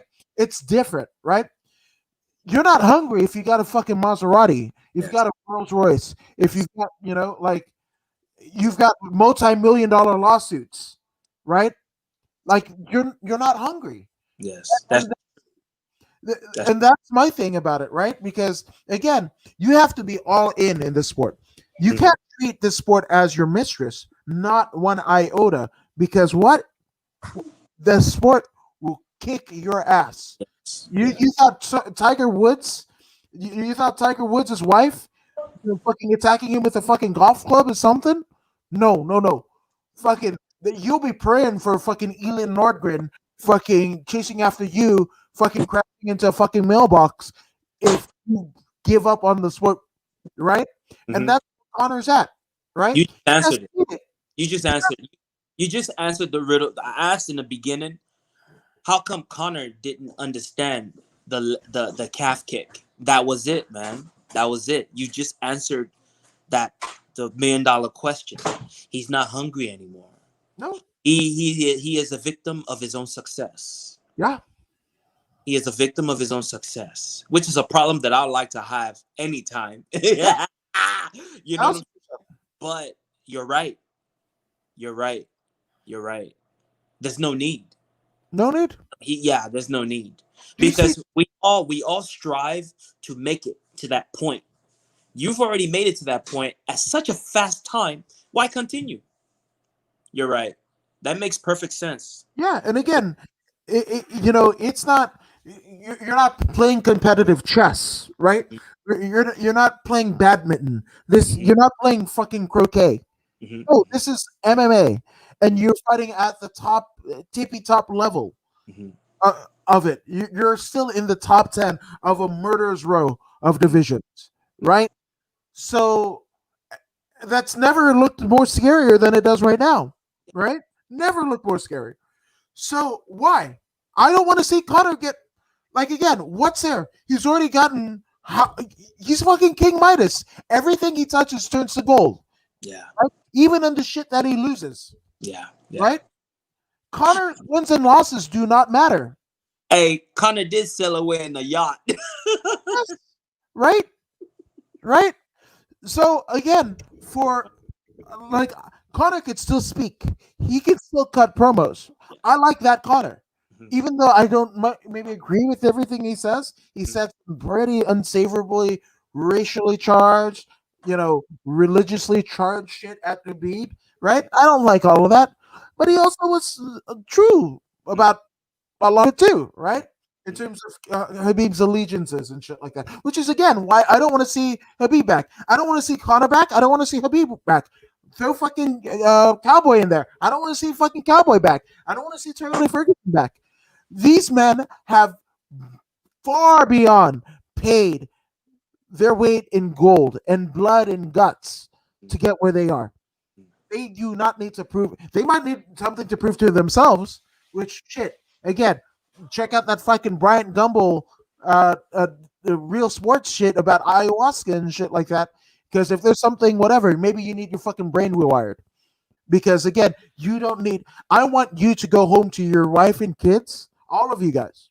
Yeah. All of you guys have wives. All of you guys have kids. Everybody that I mentioned. Connor, right? Tony, right? Habib, right? All got wives and kids. All got family that depend on them, and want to have a good quality of life after they fucking hang up their gloves. That's true. Conor McGregor has nothing to prove to me, Yeah. right? And I go in the fucking liquor cabinet and I see Proper 12, I smile a little bit That's because right. like that represents the fucking sport. I have something in my home that's not at all fight sports related Yeah. that I can pull the fight sports, right? Yeah. I get proud every time I fucking roll across any one of my streaming things and I see The Rock and John Cena, Yeah. right? These are guys who, yes, they made their name in wrestling, but they've gone far beyond it. Yeah. Yeah. Their box office draws in another deal, so their body don't have to fucking take the Yeah. ungodly punishment that they had for so many years, Yeah. Yeah. right? So no, no, never come back. Yeah. For your sake, I'm saying never come back. I don't want. I don't want. I will. I won't even fight to find a stream. Mhm. If Connor fights again, I'm not even finding a stream. I'm protesting it because again, Connor, you no, you figured it out. Yeah. You are the jinx in the matrix. You Mhm. figured out a way to make money beyond your fight years, and you're 32 years old. Mhm. 32 years old. Fuck. Go make promotional appearances for Proper 12. Go corner fighters.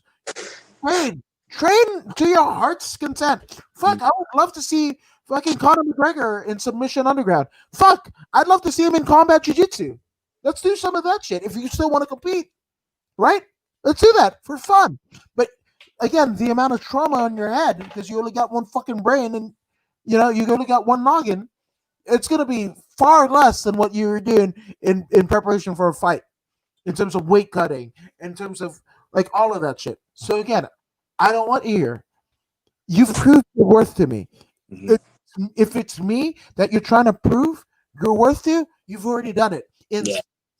Yeah. In stage, you are the whole fucking deck, Conor McGregor. You're the whole fucking deck, Tony Ferguson. You're the Yeah. whole fucking deck, Habib Nurmagomedov.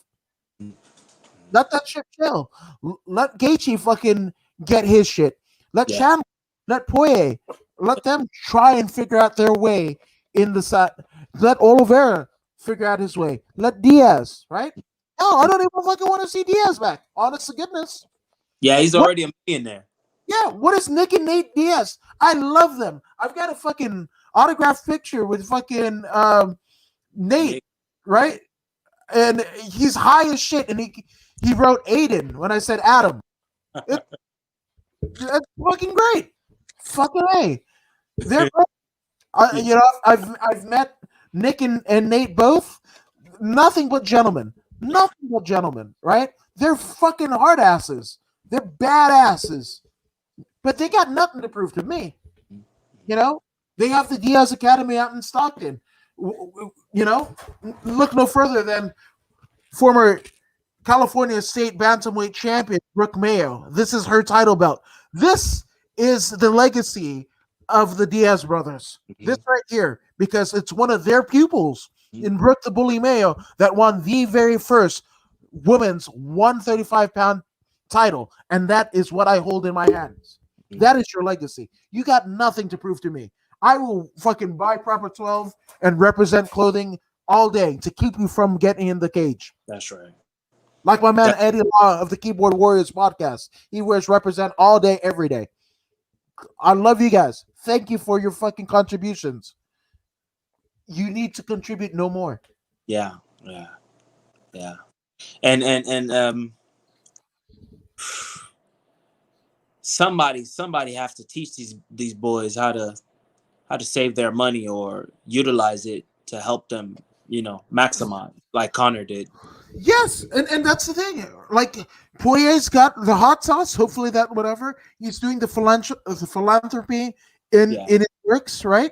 So again, and it says Conor McGregor already made a huge donation to Poirier's deal. I love it, and that's what I want to see.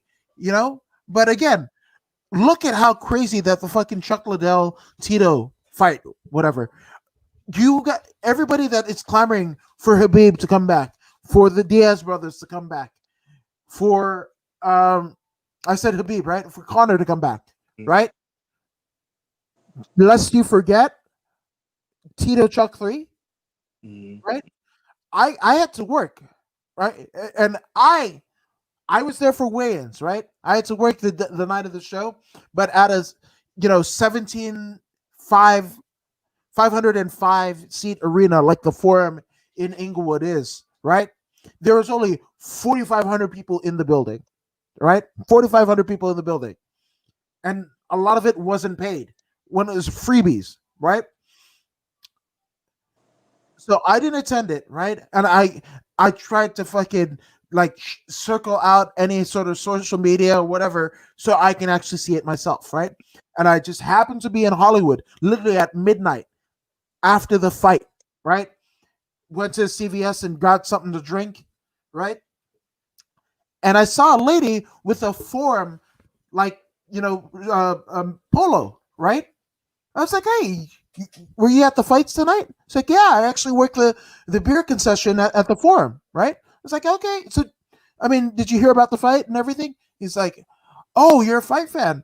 Honey, one thing I could tell you, and this is a lady probably in her 60s. It's like, one thing I could tell you, because I told her, I said, I thought the fight might have been fixed. I'm a pro wrestling fan too, and I thought the fight could be fixed.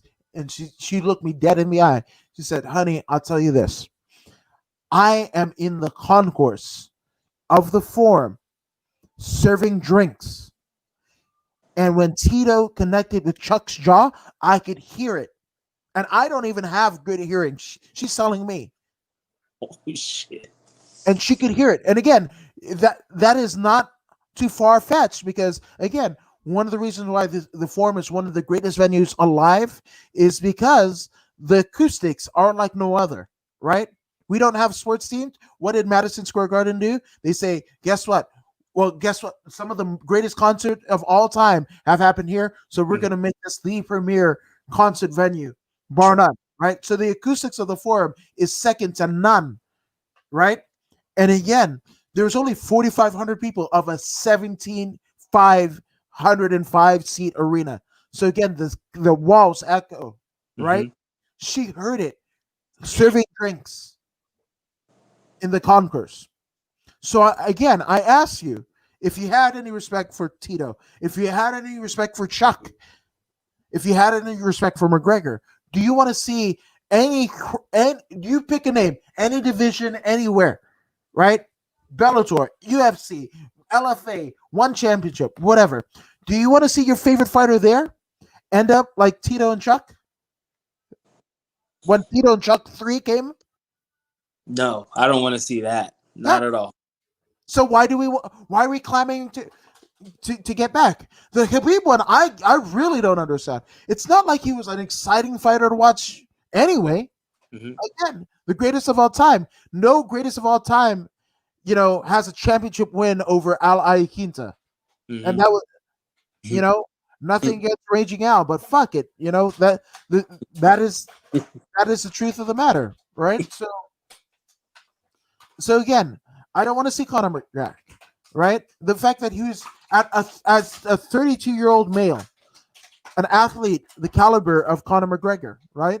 The sportsman that he is, he was walking out in crutches. That's something usually reserved for somebody in their 70s and their 80s, dementia. In a $20,000 suit. Yeah. I don't want to see it. And again, you figured it out, Connor, in a way that hopefully more fighters do, but no fighter has done since. But he'll be back. He'll be back. And I don't want it. Oh, he'll be back. He'll be back. I know he will, but I don't want it. I don't want it. You know who's he's gonna be looking for? Ferguson.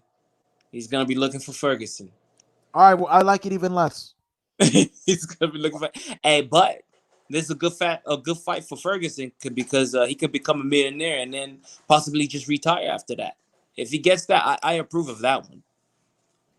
I approve of that one. For Ferguson, that one payday, you know what I'm saying? Somebody like that, he'll spend his money wisely.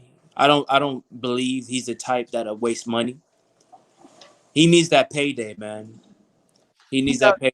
He hasn't been really paid yet, you know? If anyone's been effed, it's been Ferguson.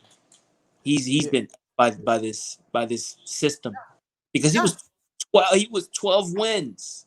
12 wins in a row. You know what I'm saying? I think he should have gotten more monetary love, but probably with Connor will get him there. And neither one, I don't believe, will take much damage. I hope not, but I don't know. And what's his name? Dustin. I love the move he made, man. Not fighting Chandler is a brilliant move. It's so brilliant. He reminds me of Hooker's teammate. What's his face? Volkanovski. Volkanovski. He reminds me of Volkanovski, right? Yeah. And what's his face? Chris Weidman before him, right? How the hell can you Volkanovski 2 fluke victories say that Max isn't deserving of another crack at it? How can Weidman again? Oh yeah, Max Holloway. Yeah. Sure. How can after 2 fluke victories, and those were flukes? The first time Weidman, right? Anderson Silva beat himself. Yeah. Then a fluke victory, right? A freak accident with Anderson's leg breaking, right? That's the second fight. The first one, he got caught. No, but that was Anderson. That was Anderson beating Anderson. Both times.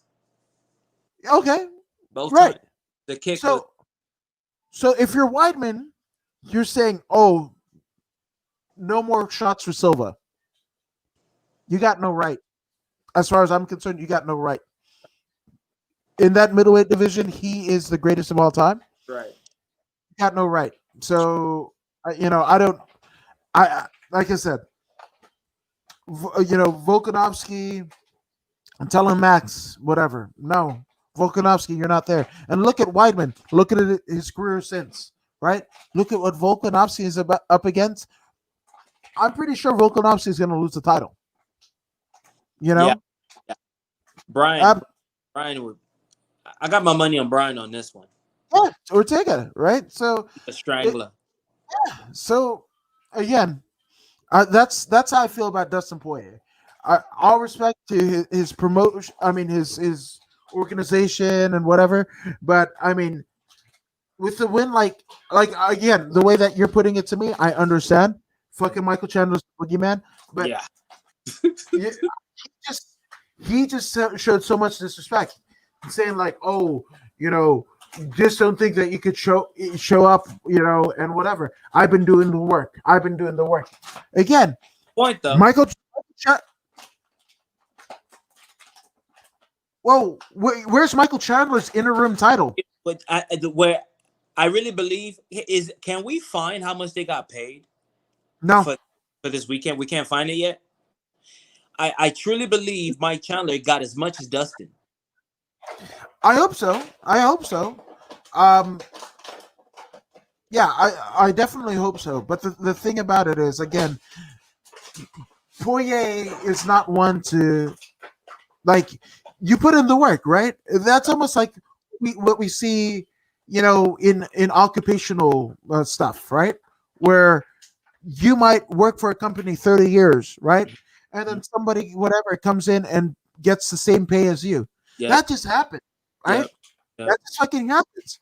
And is it whose fault is it? Is it the young upstart that comes in and knowing what the fuck he wants and calling their shot, right? And shooting their shot and making it? Or is it your fault for essentially not capitalizing on the years that you whatever to make it financially feasible for you? Or is it the company that essentially is playing you guys against each other? Like who's to blame? I don't fucking know. But again, to say that he's not, to almost downplay that Michael Chandler wasn't doing the work, again, fucking Michael Chandler built a fucking promotion on his back. True. That's true. You can make that argument. That's true. No, there's no argument. For me, there's no argument. Yeah, there is no argument. Two pillars. If not for Bellator, if not for Alvarez and Chandler, Mm. then the trilogy, there would be no Bellator, right? True. That's true. So when has Dustin Poirier, with all the work that he's been doing, been the centerpiece of the UFC? That the company depends on him Yeah. to show up. It's a hard pill to swallow, like Connor would say, but that's a fact you just mentioned. Yeah. That's a fact. He is a hard worker and all that, journeyman. He's put in blood, sweat, and tears, but at the same time, yeah, the platform. You can hard work all you want, right? I mean, look at Tony, right? Tony made weight and didn't even need to. Did he get paid for it? Now, I'm not downplaying the hard work that Tony did to make weight for nobody but himself. I love it. Did he get paid for it? No. And that's it. You can put all the work anywhere that you want, Dustin Poirier. It's up for you to make sure that what you're doing makes sense. Because when you make dollars, it all seems to make sense. That's right. And for some reason, up until this fight, you did it. And now you want to talk a big game. I'm not having it, but you had an interim title at best. Michael Chandler didn't have an interim title. He had 3 legitimate titles. He's a 3-time. You put some fucking respect on Michael Chandler's name. Yes, no, you can't. You can say respect me and be calling you shots and then fucking shit on somebody that put as much work, if not more so, than you. Get the fuck out of here, Poirier. That's a good point, but a good thing is we can always run this back. So when that time does come and that they can face each other, we can use this recording from Dustin, from talking about this and that to build momentum later. So there's a positive to what Dustin was saying. There's a positive to it, even though it's not the popular or the politically correct thing to say. Even though Chandler is very well deserving of where he's at right now. The accolades, you know what I'm saying? Even though he's deserving, for Dustin to say that, he knows resistance is going to be futile at some point. They will have to see each other before Dustin retires. So he's setting up the groundwork right now. He's getting this. I think he's starting to learn. He's starting to learn the game. The promotion part of it. See, before he was like, man, I'm a hard da. He must be listening to us, man, because he's moving towards. See, now he's planting seeds, which I'm very proud of. He's planting seeds. He's telling the people what he wants, in the distant, in the nearest future or distant future. He's letting them know what that is. He's planting seeds, and 2, he's determining. He's taking control of his own career. You know what I mean? He could just take that fight and say, yep, the Dana said fight him. I'm going to go fight him. Yep, I'm going to fight him, like the good old country boy that I am, I'll go fight him. He didn't do that. Not this time. He said, y'all can do whatever y'all want with him. You know what I'm saying? I'm looking at him over here. Where you at, Diaz? Where you at? You've been talking a lot of smack, Diaz. What's happening? You know what I'm saying? Diaz seemed to want that fight too. So he's moving that route. He's going to make more money because Diaz is a bigger name in the UFC than Chandler. Chandler got to knock somebody else out terribly before his name can really pop. Well, in comparison to Nate Diaz. You know what I'm saying? You're saying, right? The money, right? The money. That's what it's all about now. Yes. He's gonna get more money than he has had in his career. Yes. But again, 1 million versus Connor's 5. Right? Yeah, you got to start somewhere. Think about where it must take, to get the Diaz out off of his butt. Right. And take him out of Stockton. Right. Right? You're gonna pay him a pretty penny. Yes. Right? He's gonna get 3 million to Poirier's 1.2 or 1.5 or 2 million. Let's say 2 million, right? It's Diaz okay. is gonna Diaz is gonna make more. You know. Yeah, yeah. This is what he's angling towards. You know what I'm saying? Now that he's broken the million barrier, ain't no going back. Ain't no going Okay. back to a couple of 100,000. Yeah. He's a millionaire now. That's how they're gonna look at him. He's at that level right now. That's what happened to Diaz. Diaz got 1 million for his first fight, or was it 1 or 2 million? The next one he got 5. You know what I'm saying? Connor got 20. It's okay. As long as these guys are becoming millionaires, this is why I love Connor so much. This is why I push for Connor. I want these boys to become millionaires, just like the basketball players and the football and the baseball players. The same way those guys become, I want that in MMA as well. And Connor is the only one that's been able to do it consistently. This is why I push for Connor. You know what I'm saying? I mean, Connor doesn't do me nothing. Me voting for Connor doesn't help me. It doesn't do anything for me. But if you really look at it, Connor's the only one that's he's pulling people up. No matter what kind of argument they may have, how they hate each other. Even Khabib, he pulled Khabib up and put Khabib into the $1 million range. He pulled Nate Diaz up and brought him into the $1 million range. The only person that hasn't gotten any two, Eddie Alvarez and Rafael dos Anjos breaking his foot. He would have been a millionaire by now too. But unfortunately for him, it wasn't his destiny to become millionaire yet. Yeah, but then again, if you want to be a true Connor fashion, right? Poirier, don't do it in the UFC. You want to hard work? Call somebody out. Fucking, I don't know, Tank David. I don't know who the fuck boxers are. Whoever in boxing, call that motherfucker out. You That guys ain't drop. Call out Floyd. Fuck it. Why that ain't. not? It's You not know, well. fucking sell your hot sauce, right? You know, Connor, you want For to be a millionaire, right? You want to hey, be a millionaire. Here's your deal, he's right? gonna invest in himself. You better believe he's gonna invest in himself. Yeah, See, if you want to be a millionaire, Dustin is learning how to recycle his money now. Now he's got his foundation. That $500,000 really, Dustin got paid $1.5 million. What Dustin got paid, all that money is gonna recycle right back. You know what I'm saying? He's gonna pay for the foundation, fund the foundation, but it's coming back when he files his taxes. So Dustin he's finally reached where he's been headed.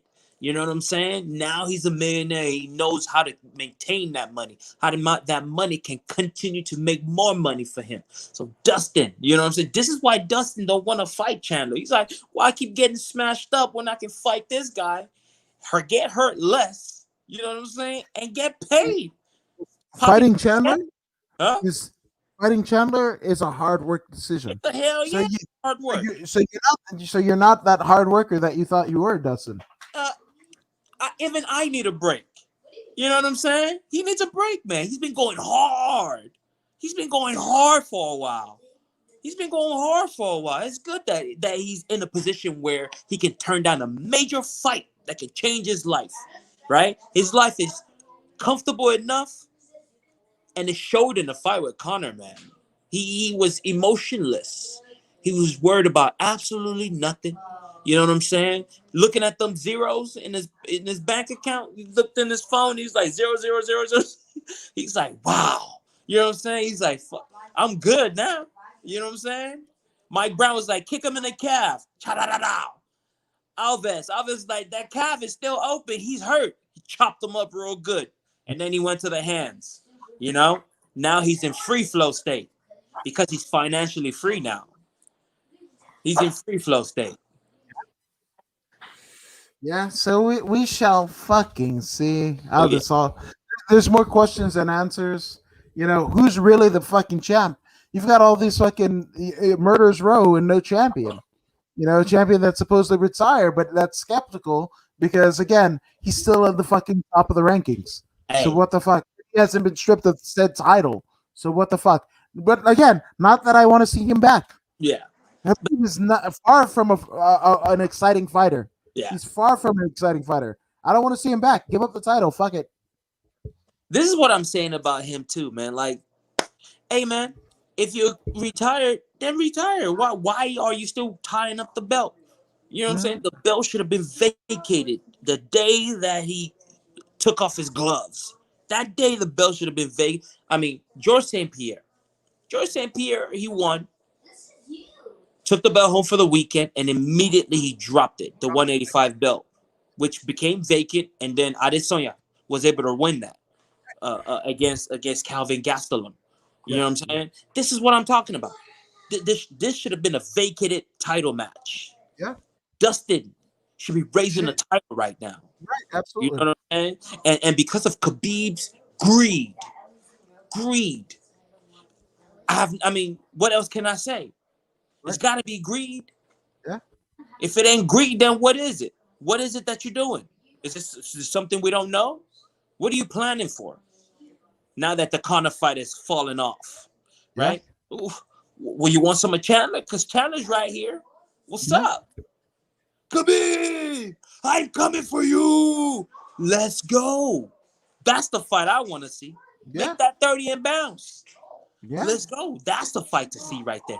American wrestling versus Dagestani wrestling. Which one is truly mightier? Let's find out. Our best versus your best, Russia. Let's bring it on. America versus Russia. Who's truly number one? Let's go. Let's find out.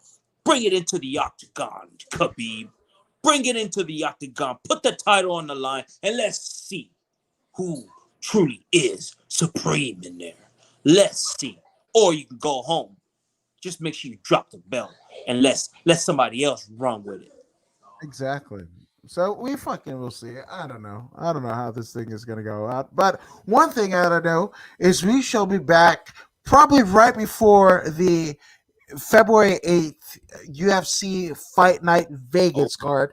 And we will be back with more Voodoo in the Woods. But Voodoo Maximus, where can they find you? Oh, by the way, we could have some guests in between that time though. Oh shit. Yeah, we're working on guests. So please stay tuned. Before the next card, we will bring you someone else. When we will shoot out the bat signal. Once you see the bat signal, make sure you tune in, like, share, subscribe, and hit that notification button. So even if you don't know, you will know. Oh yeah. Damn right. Hell yes. Yes, like, share, and subscribe to the Voodoo in the Woods podcast on Facebook and YouTube. And again, Voodoo, where can they find you on social media? Well, you can do that Twitter, Periscope, Instagram, Facebook, YouTube, Voodoo Maximus, all day, every day. You know what I'm saying? Let's get it. And I'm According to Woods on everything except for Twitter, because that's Adam K. Woods. But I'm sure if you put in According to Woods, it'll show up as well. But this has been Voodoo in the Woods, and we are out.